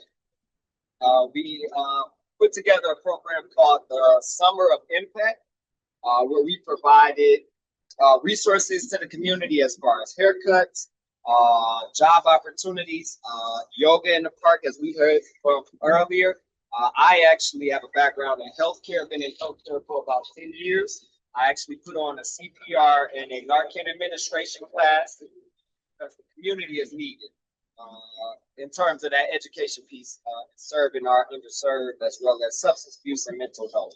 But what we're looking to do with the Adopt a Park program more recently is bridge the gap with the youth that we have been connected to for so long. We've been in existence for about 15 to 20 years. We have a bunch of resources, and now we're looking at pretty much reducing harm, being impactful, and meeting needs within the community. So we're looking at a few curriculums and how we can incorporate them in terms of being applicable to the Adopt a Park program, in terms of bridging the neighborhoods back down to Detroit or downtown Detroit, because we've seen the gentrification that's happening downtown and all the redevelopment, but to be honest, our neighborhoods where I'm from are kind of suffering a little bit. So we're looking at models that we can educate children that are applicable, where they'll be able to learn core skills, math, science, and reading, as well as life skills in terms of financial literacy, culinary skills, agriculture, horticulture, farming, and pretty much bridging whatever resource we have available within the city of Detroit. Like I said, we have a network for the last 15 to 20 years, so we're really interested in collabing. We don't need to reinvent the wheel. We just want to make sure that we're doing good work to be impactful. So I kind of wanted to, that's kind of the spiel I got. We got a bunch of things going. We're looking at a curriculum base that we're going to be implementing into the schools, working with Pass Osborne, as well as another organization called the Museum of Detroit, to look at how we can incorporate to be impactful. Any questions? I don't know. I don't know if you wanted to. I'm gonna pull up really quick your mural. Yep. With Jane Lasky Park. Yep. And this is the park. Could you tell us a little bit about like what the park has all around it? So the park is pretty big. It's connected to Lasky Recreation Center, and it's a lot of hats in play because we just had the greening of Detroit right before we were brought on board with the Adopt a Park that planted trees across the park. It's about 3 soccer fields worth of space. I would even say 4, as well as 2 baseball fields, a splash pad, a golf, putt-putt golf is at the recreation center, as well as the Pistons donated a basketball court that is actually at Lasky Recreation. So we have a lot of moving parts. What we're looking to do for the future of June 2026 is possibly have development into what we would call a model of a smart park that will possibly be able to bridge. Those are the applicable skills that we were talking about that we're going to use within the youth to help contribute to building the smart park, such as, for example, we might have them measure out roadways or distances from we're right on the edge of Hamtramck, or a pathway that will be best conducive to get down to Detroit. That way, we're not so much concerned about the downtown area coming to the neighborhoods, but we have the neighborhoods, and we're bridging that opportunity in that way. That would be the Joe Louis Greenway. Yep. Right. We are also interested in Play Pilot Project. That is really a part of our curriculum. Because we have learned that our education system and our model hasn't really been working with 30 to 40% of our 4th and 5th graders reading below math and reading proficiency. We are looking at an opportunity to possibly implement a new curriculum base that has a play model where students will kind of focus on core skills as well as life skills. But the core skills will be broken down into a shorter time span, and as well as have breaks in between so that students can retain information. And so we're looking at all these aspects. We got a lot of moving parts, and we definitely want to collaborate. So we don't want to be, we're just interested in being impactful, reducing harm, meeting needs, and making sure we're serving the community that is so in desperately need. And bridging with Pontiac, of course, bridging with Pontiac to Detroit. That's been a great opportunity to present, and the mural for what we have in this space as just an example for the Joe Louis Green. It's located at the park that you guys have. Jane, it's on Conant and Davidson, right on the edge of Hamtramck. So we actually have a great opportunity. It's a multicultural space. So we're looking at, serving all populations, of course, and creating a model that can be replicable for other models across the city of Detroit. And it has a school on the. Oh, yes, and it does have a school personally actually on the park itself, the Frontier Academy that we are working with. And Lasky. And And Lasky Recreation. yes, and Lasky Recreations. What's your follow that? An activity, like, somebody makes a curriculum set up to So I took a pause because I wanted to kind of be concise about, I got a lot of moving pieces. And I'm personally to say, I don't know, I don't have all the answers. So I want to make sure I'm bringing great and bright minds together, which we have been. I spoke with one of the ladies we brought on board. She's an educator, been an educator for about 8 years. She's moving into the space of starting her own business. She just found out about us, and she's trying to come on board with us and working with our nonprofit. So we're actually looking at targeting kind of middle school and high school kids. We're not no discrimination against elementary because we don't get there, but we're looking at those target populations just to be impactful, and in terms of trying to make a difference.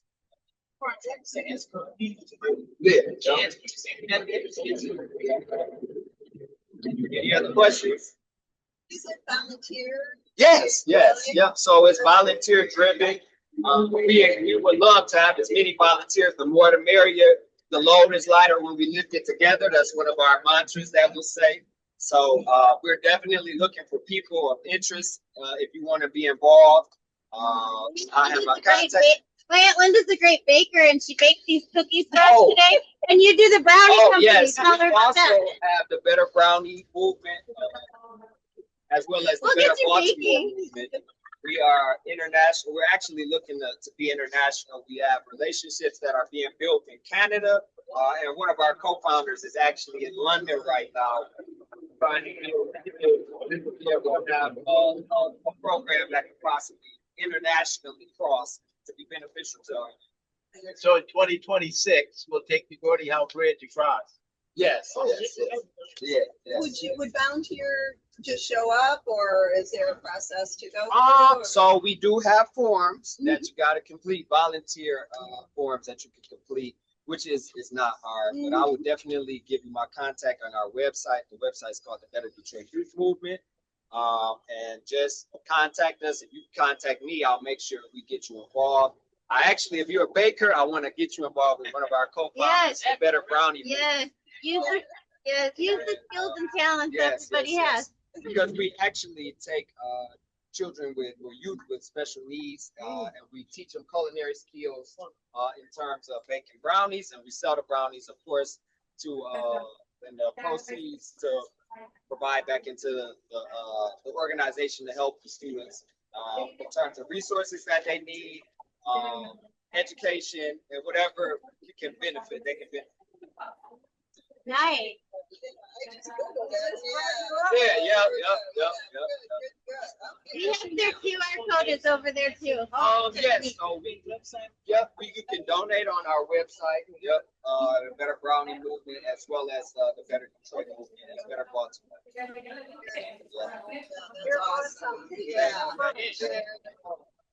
Any questions, Madeleine? Question?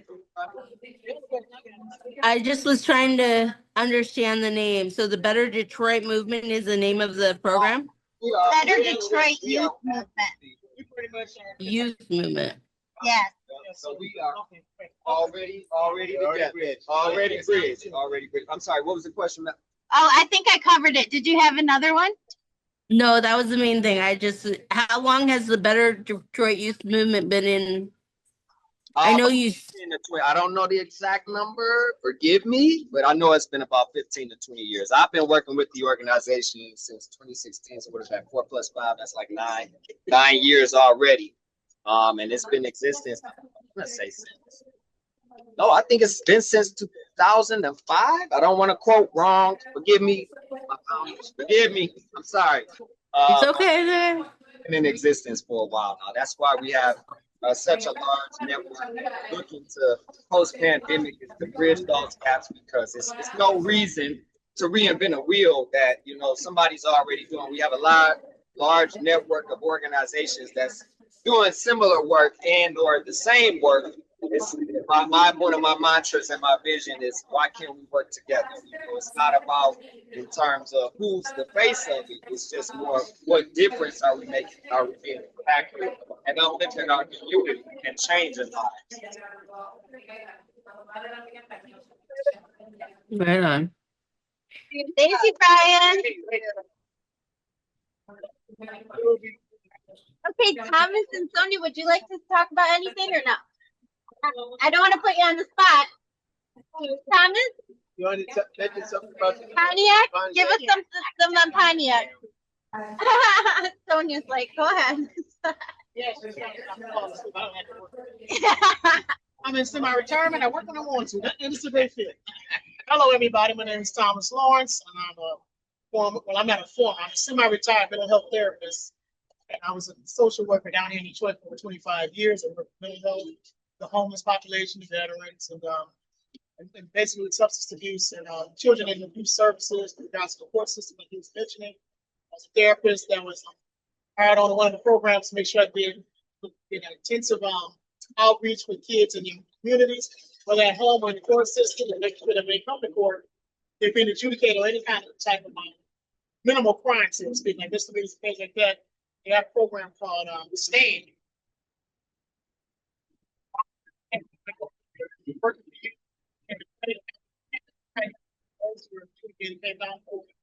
assigned therapists, case managers from different agencies. I was one of the case managers that were assigned to, one of the therapists, assigned to the youth to help them to deal with anger management, depression, any type of mental health type of things they were working. And also did family counseling as well as group counseling. So then from there, I moved back out to Pontiac, and that's why I was born and raised. So we had a program called LBR, which was downtown Pontiac. It was called Life Beyond Reentry. And what it was for returning citizens. So when they came home, what we would do, we would help them with life skills, job placement. We would do court testimonies on their progress, how they do in the community. And we work with the probation and the parole departments out there. And that's what Oakland County. And in doing that, I became the clinical director. At least out of those 5 years, I was clinical director for 3 years. So I was primarily involved with all the programming that we provided. We did didactics, which is teaching on the different subjects about life skills and things like that. In a classroom setting. And we actually, I don't have to work. I'm in semi-retirement. I work when I want to, and it's a great fit.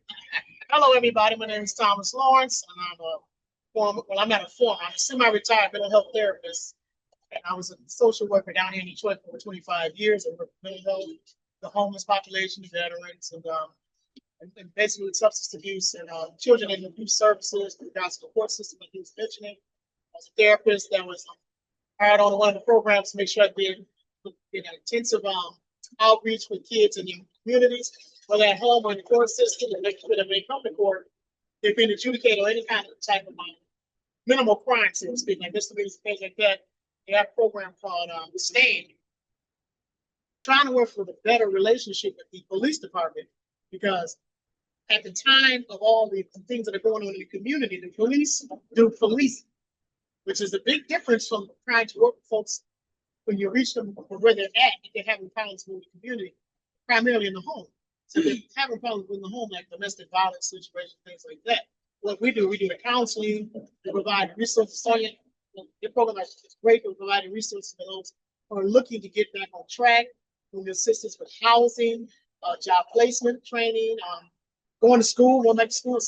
We have a program called the Promise Zone for the kids in the community that come out of public school. With their Promise Zone, they provide scholarships for those who go to community colleges who work to go to training, skill training program. So a lot of things that are happening, Pontiac is becoming more of it's becoming more multicultural, and it's a great thing because we have different cultures from different walks of life. We're all living in the same communities. Even in our community, we have a lot more folks that are Hispanic, white, black, and we talk. We're neighbors, and we talk. It's one of my neighbors across the street. He just asked me a couple of days ago. He knows the kind of work I do in the community. He said, "Hey, I would love to." And he's a therapist as well. He said, "I would love to start a podcast with you," because I was going to start one eventually, but he just happened to come over there and knock on the door, and we talked on the porch for a good while. He said, "Hey, let's do this thing. Let's do this podcast, and then we can reach out to the community more with a lot of different diverse and cultural issues and concerns that that go along in communities." So I'm excited about the future of Pontiac. I'm excited about working with this young man here, continuing working with Monica and Jim, because they're like a bridgeway between Detroit and Pontiac. So that's all I want to say. Just like some time. Any questions for Thomas or Sonia? We won't put her on spot. Thank you everybody for listening. Thank you, Thomas. You're welcome. Okay, everybody. Well, now we're gonna Madeleine. We're gonna hear from. Do I have the presentation that you gave me last time? Is that the most up to date, or could you add it to the chat? Like that shirt, sir, go green. White is He's state guy. State guy. You've never met a more state guy than this one. Oh, let me shake your hand. Right.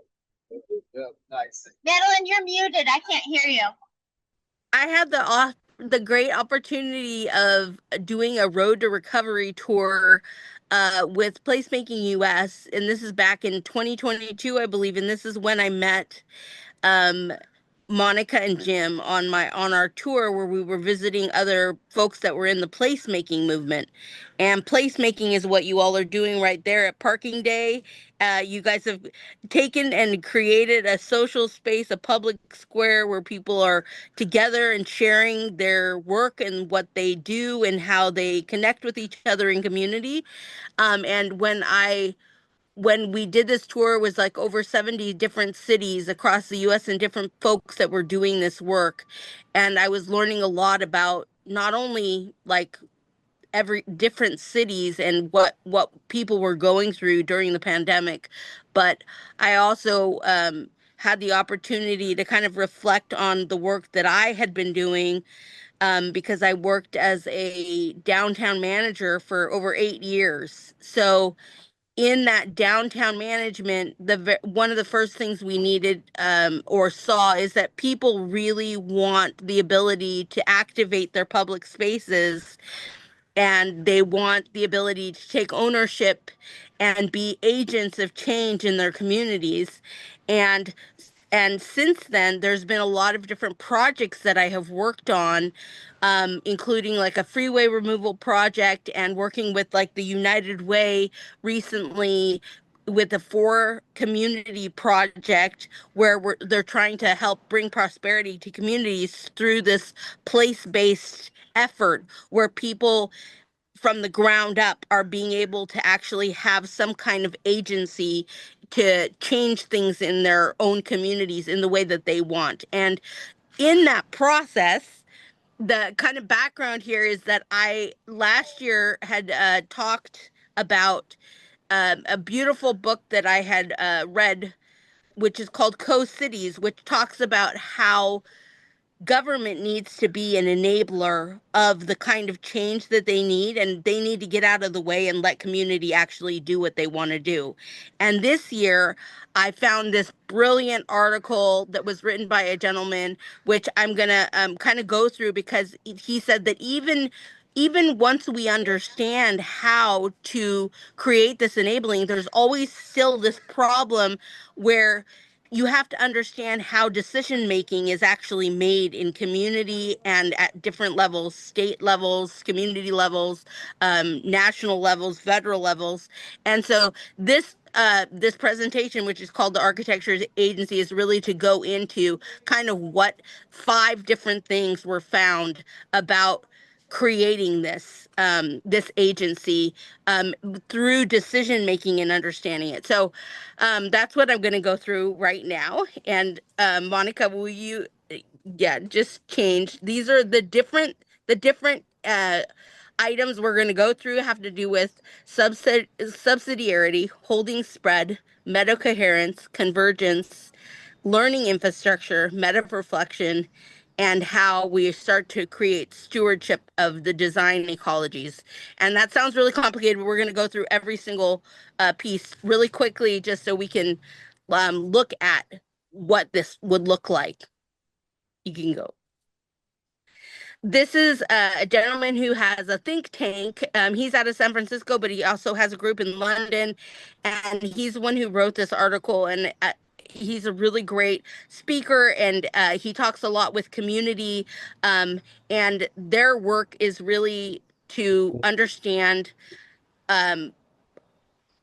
in all these different countries and different nations, everybody has these different ways of doing specific things. So they've kind of been mapping all of it. But you can go on to the next item. And he's an architect by trade.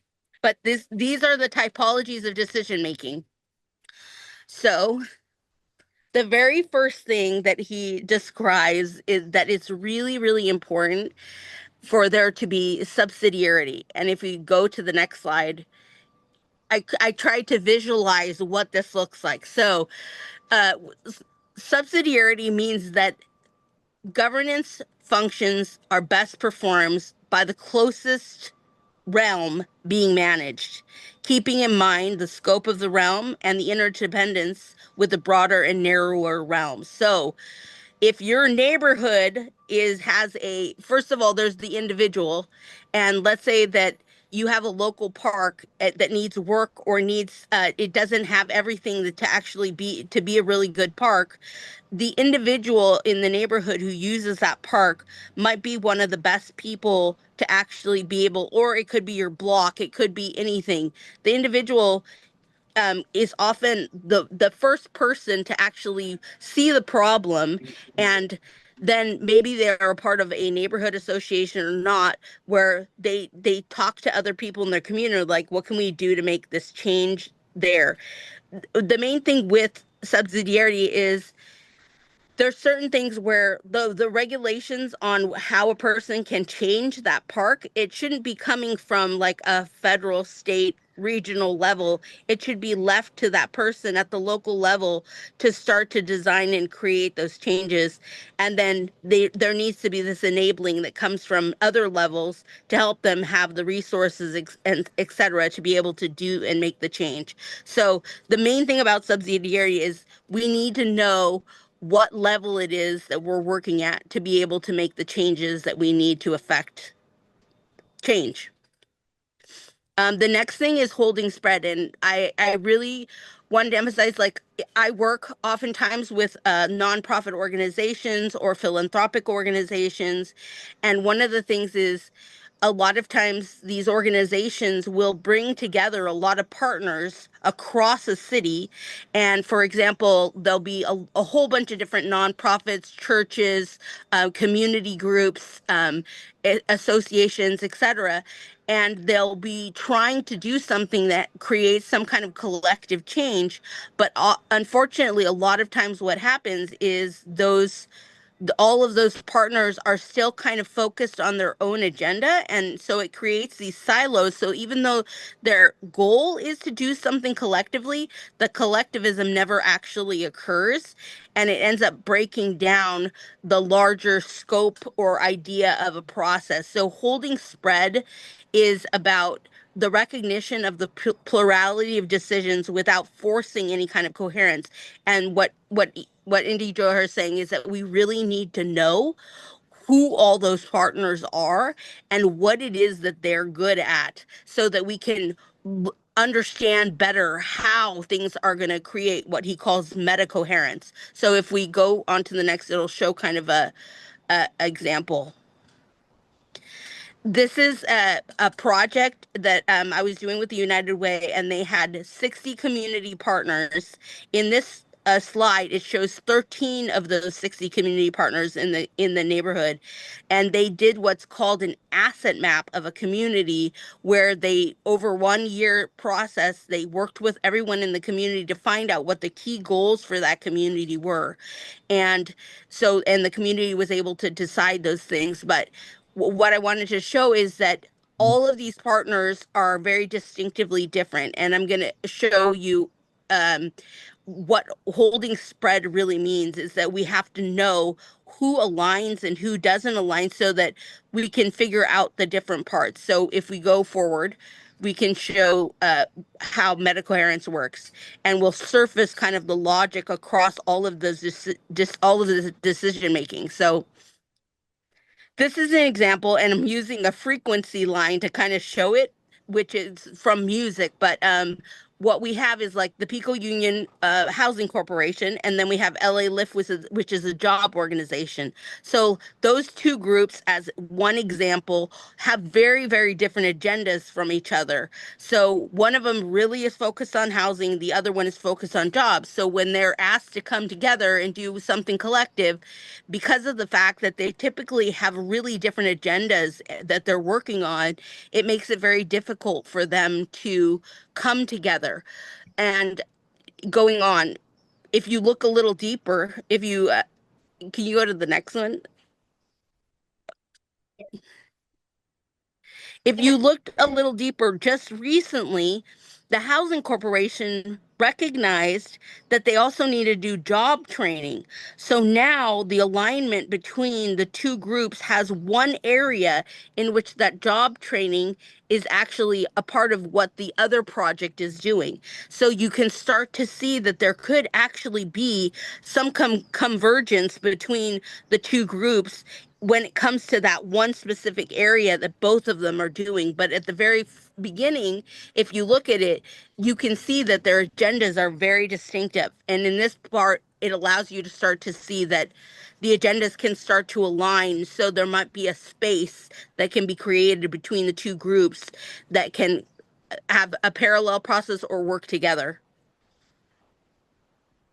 And then once you figure this out and map all of those distinctive partners, then you're able to start to see where the convergence actually comes in. And through convergence, there's legitimacy that's created, sense making, shared frameworks, commitment, shared direction, and some synchrony between them. And this starts to help you make visible the architecture behind the divergence between the groups and also the parametric relationships across that divergence. So this maps the logic of the relationships that allow diverse decisions to coexist, and it also allows the system to adapt while we recognize the connections. And this is just a graphic that is showing how the tension between the values and the tension between the practices of the what's for the public good versus the commercial logic of the organization can go through different stages of acceptance and then synthesis and separation strategies. And this is just something showing when you start to see the logics emerge where people are actually connected. So, for example, two schools, 10th Street Elementary and Equitas, one of them's a charter school and one's an elementary school, but in that community, they're very close to each other and they have the same logic, which most of what they want is to be able to take care of the children, prepare them for college and their life careers. Both groups are doing that. So if we're going to do a placemaking initiative, for example, with those two groups, it's a lot easier to see a actual convergence between what their goals are. And in this situation, the groups really wanted to make safer streets because the charter school, for instance, didn't have any kind of signage for very small youth to be able to go into the school. And so usually most elementary schools and high schools have signs that say 15-mile-an-hour zone, but these little children and their parents were having to rush and get into the gate because there was no slowing of the traffic. So we think of that as an opportunity to actually create beautifully painted streets that people know that the kids are going to be walking down it, which is called urban tacticalism and things of that nature. But we can't actually move to that point until we know that these people have a convergence of their desire for how they're going to keep students safe, as an example. You can move. And then the next thing is really about when we do understand, we need to learn from everything that happens within that process. When you can see a convergence, you're going to have to build a learning infrastructure. And this is something a lot of people don't learn from mistakes that are made. They might think that it doesn't work, but in reality, it's actually guiding the way for how to have an evolving decision-making system. So as a part of it, you need to actually intentionally create this learning infrastructure, which is embedding learning in feedback loops to trace it and have the memory of what happened in that decision architecture, develop collective learning capacities and shared protocols through stories, and then also view every decision as a starting point for further coherence, and it's not a final act. And then at the end of all of that, it transforms, because the learning system doesn't just correct mistakes, it transforms the conditions for all of the future choices being made. And this was just a graphic that I created to kind of give a visualization of what that would look like, with the shared story, the embedding, developing, and viewing, having shared protocols, shared stories, how it's held in memory and traceability, and how each of the starting point, viewing every decision as a starting point, and then transforming the conditions for future choices. And then the last thing is, this is like a meta reflection on all of this, and the reason why it's important to have these typologies of decision making and to make it very clear is, you can go to the next one, is that beneath all of these five typologies lies a deeper systemic reality. A lot of times we find that decision-making architectures can produce violence when they're not aligned with the nature of the system they serve. So while we think that we can bring together people and that they'll take collective action, if those groups stay in their silos and they can't actually work together, it wastes time, money, energy, and it also creates this misalignment that can actually end up becoming a violent thing, rather than something that's a strategy towards an action that's really helping to produce decision making and care within community. That's basically most everything, and you can go toward the next. The goal is to have these stewardships of decision making typologies, like, so that we can be stewards of place. Nice. Is that okay? Wow. I think I'm gonna take your idea of convergence. Yes. And building. Yeah. Can you hear Brian? Yeah, say it again though. Said I think I like your idea of convergence with resources and people and opportunities, and being able to bridge to find a common ground. Yeah, I think the main thing to me is, I mean, a lot of people, like, you will see, like, people want to see the collective action happen, but they'll jump to convergence when they don't want to do the work to actually figure out who in your community is actually aligned. Yeah. Yeah. I misunderstood. I thought it was. No. Convergence is good. It's the goal.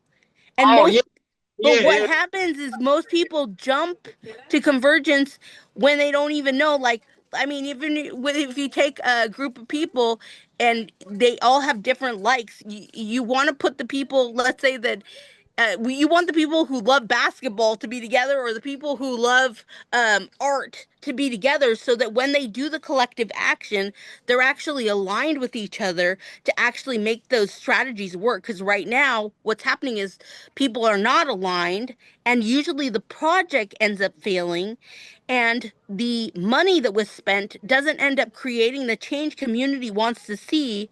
And for me, I've been working on a ground up approach where a starting point for community to be enabled to do the projects that they want, and have these organizations step back and really resource them properly.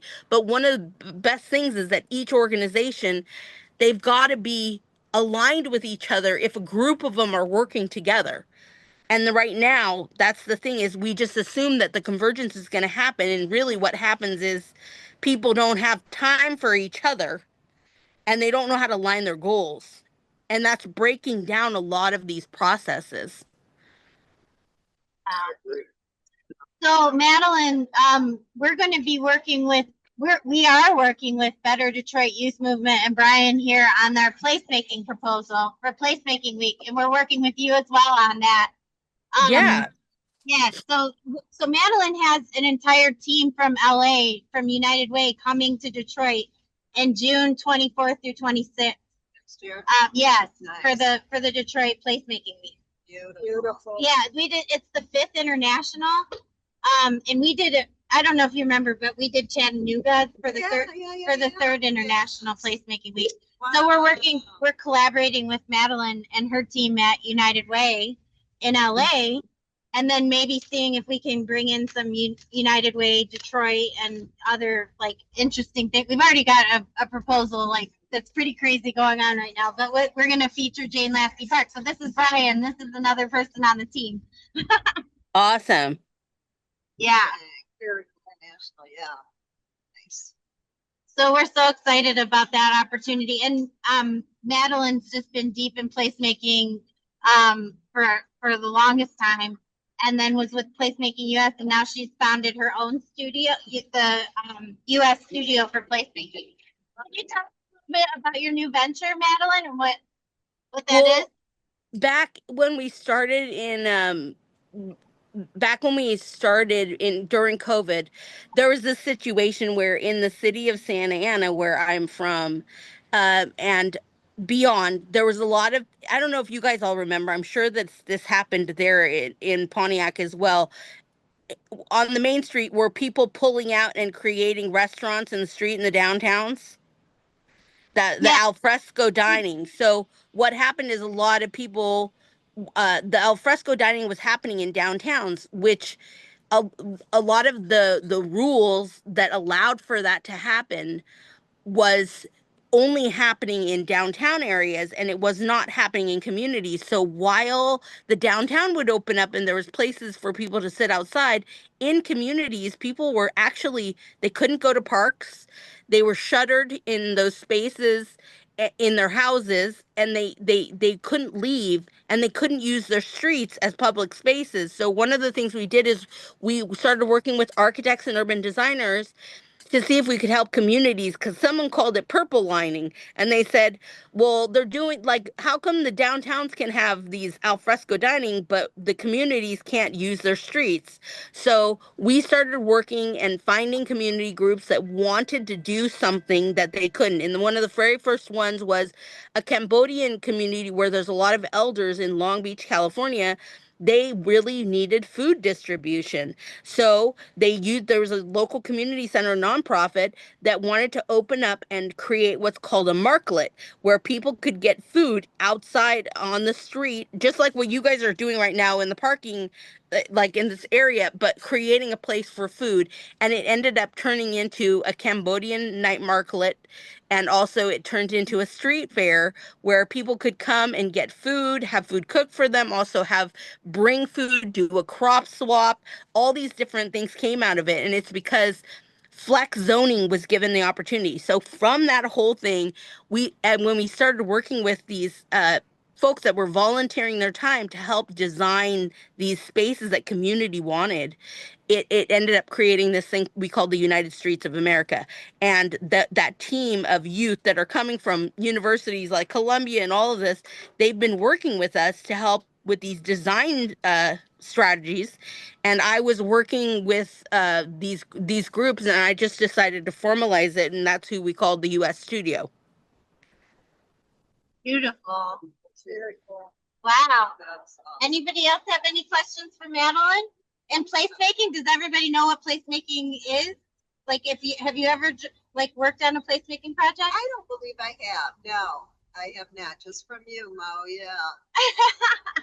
But it sounds amazing, Madeleine, what you're doing. That's awesome. That's one of the things that I think placemaking is like a democratic kind of, like Parking Day today. This all began like in 2005 with John Bella and his team at Rebar. They put change in the meter and just turned the space into a park. And so it's turned into this event that's global celebration of taking back the streets from cars. And that, like, it's just something we don't think of. Like, we don't think that this is public, like, our roads are the most public, nationalized infrastructure that we have, but yet we don't own them, only cars. There's no bike. walking and transit and bike, especially in Detroit. It is And the Mich- Motor City. It's the Motor City. Yeah, so, but placemaking has that same kind of ethos and that they're all kind of connected together, like with tactical urbanism and that, and placemaking, it's about a community coming together to create a place.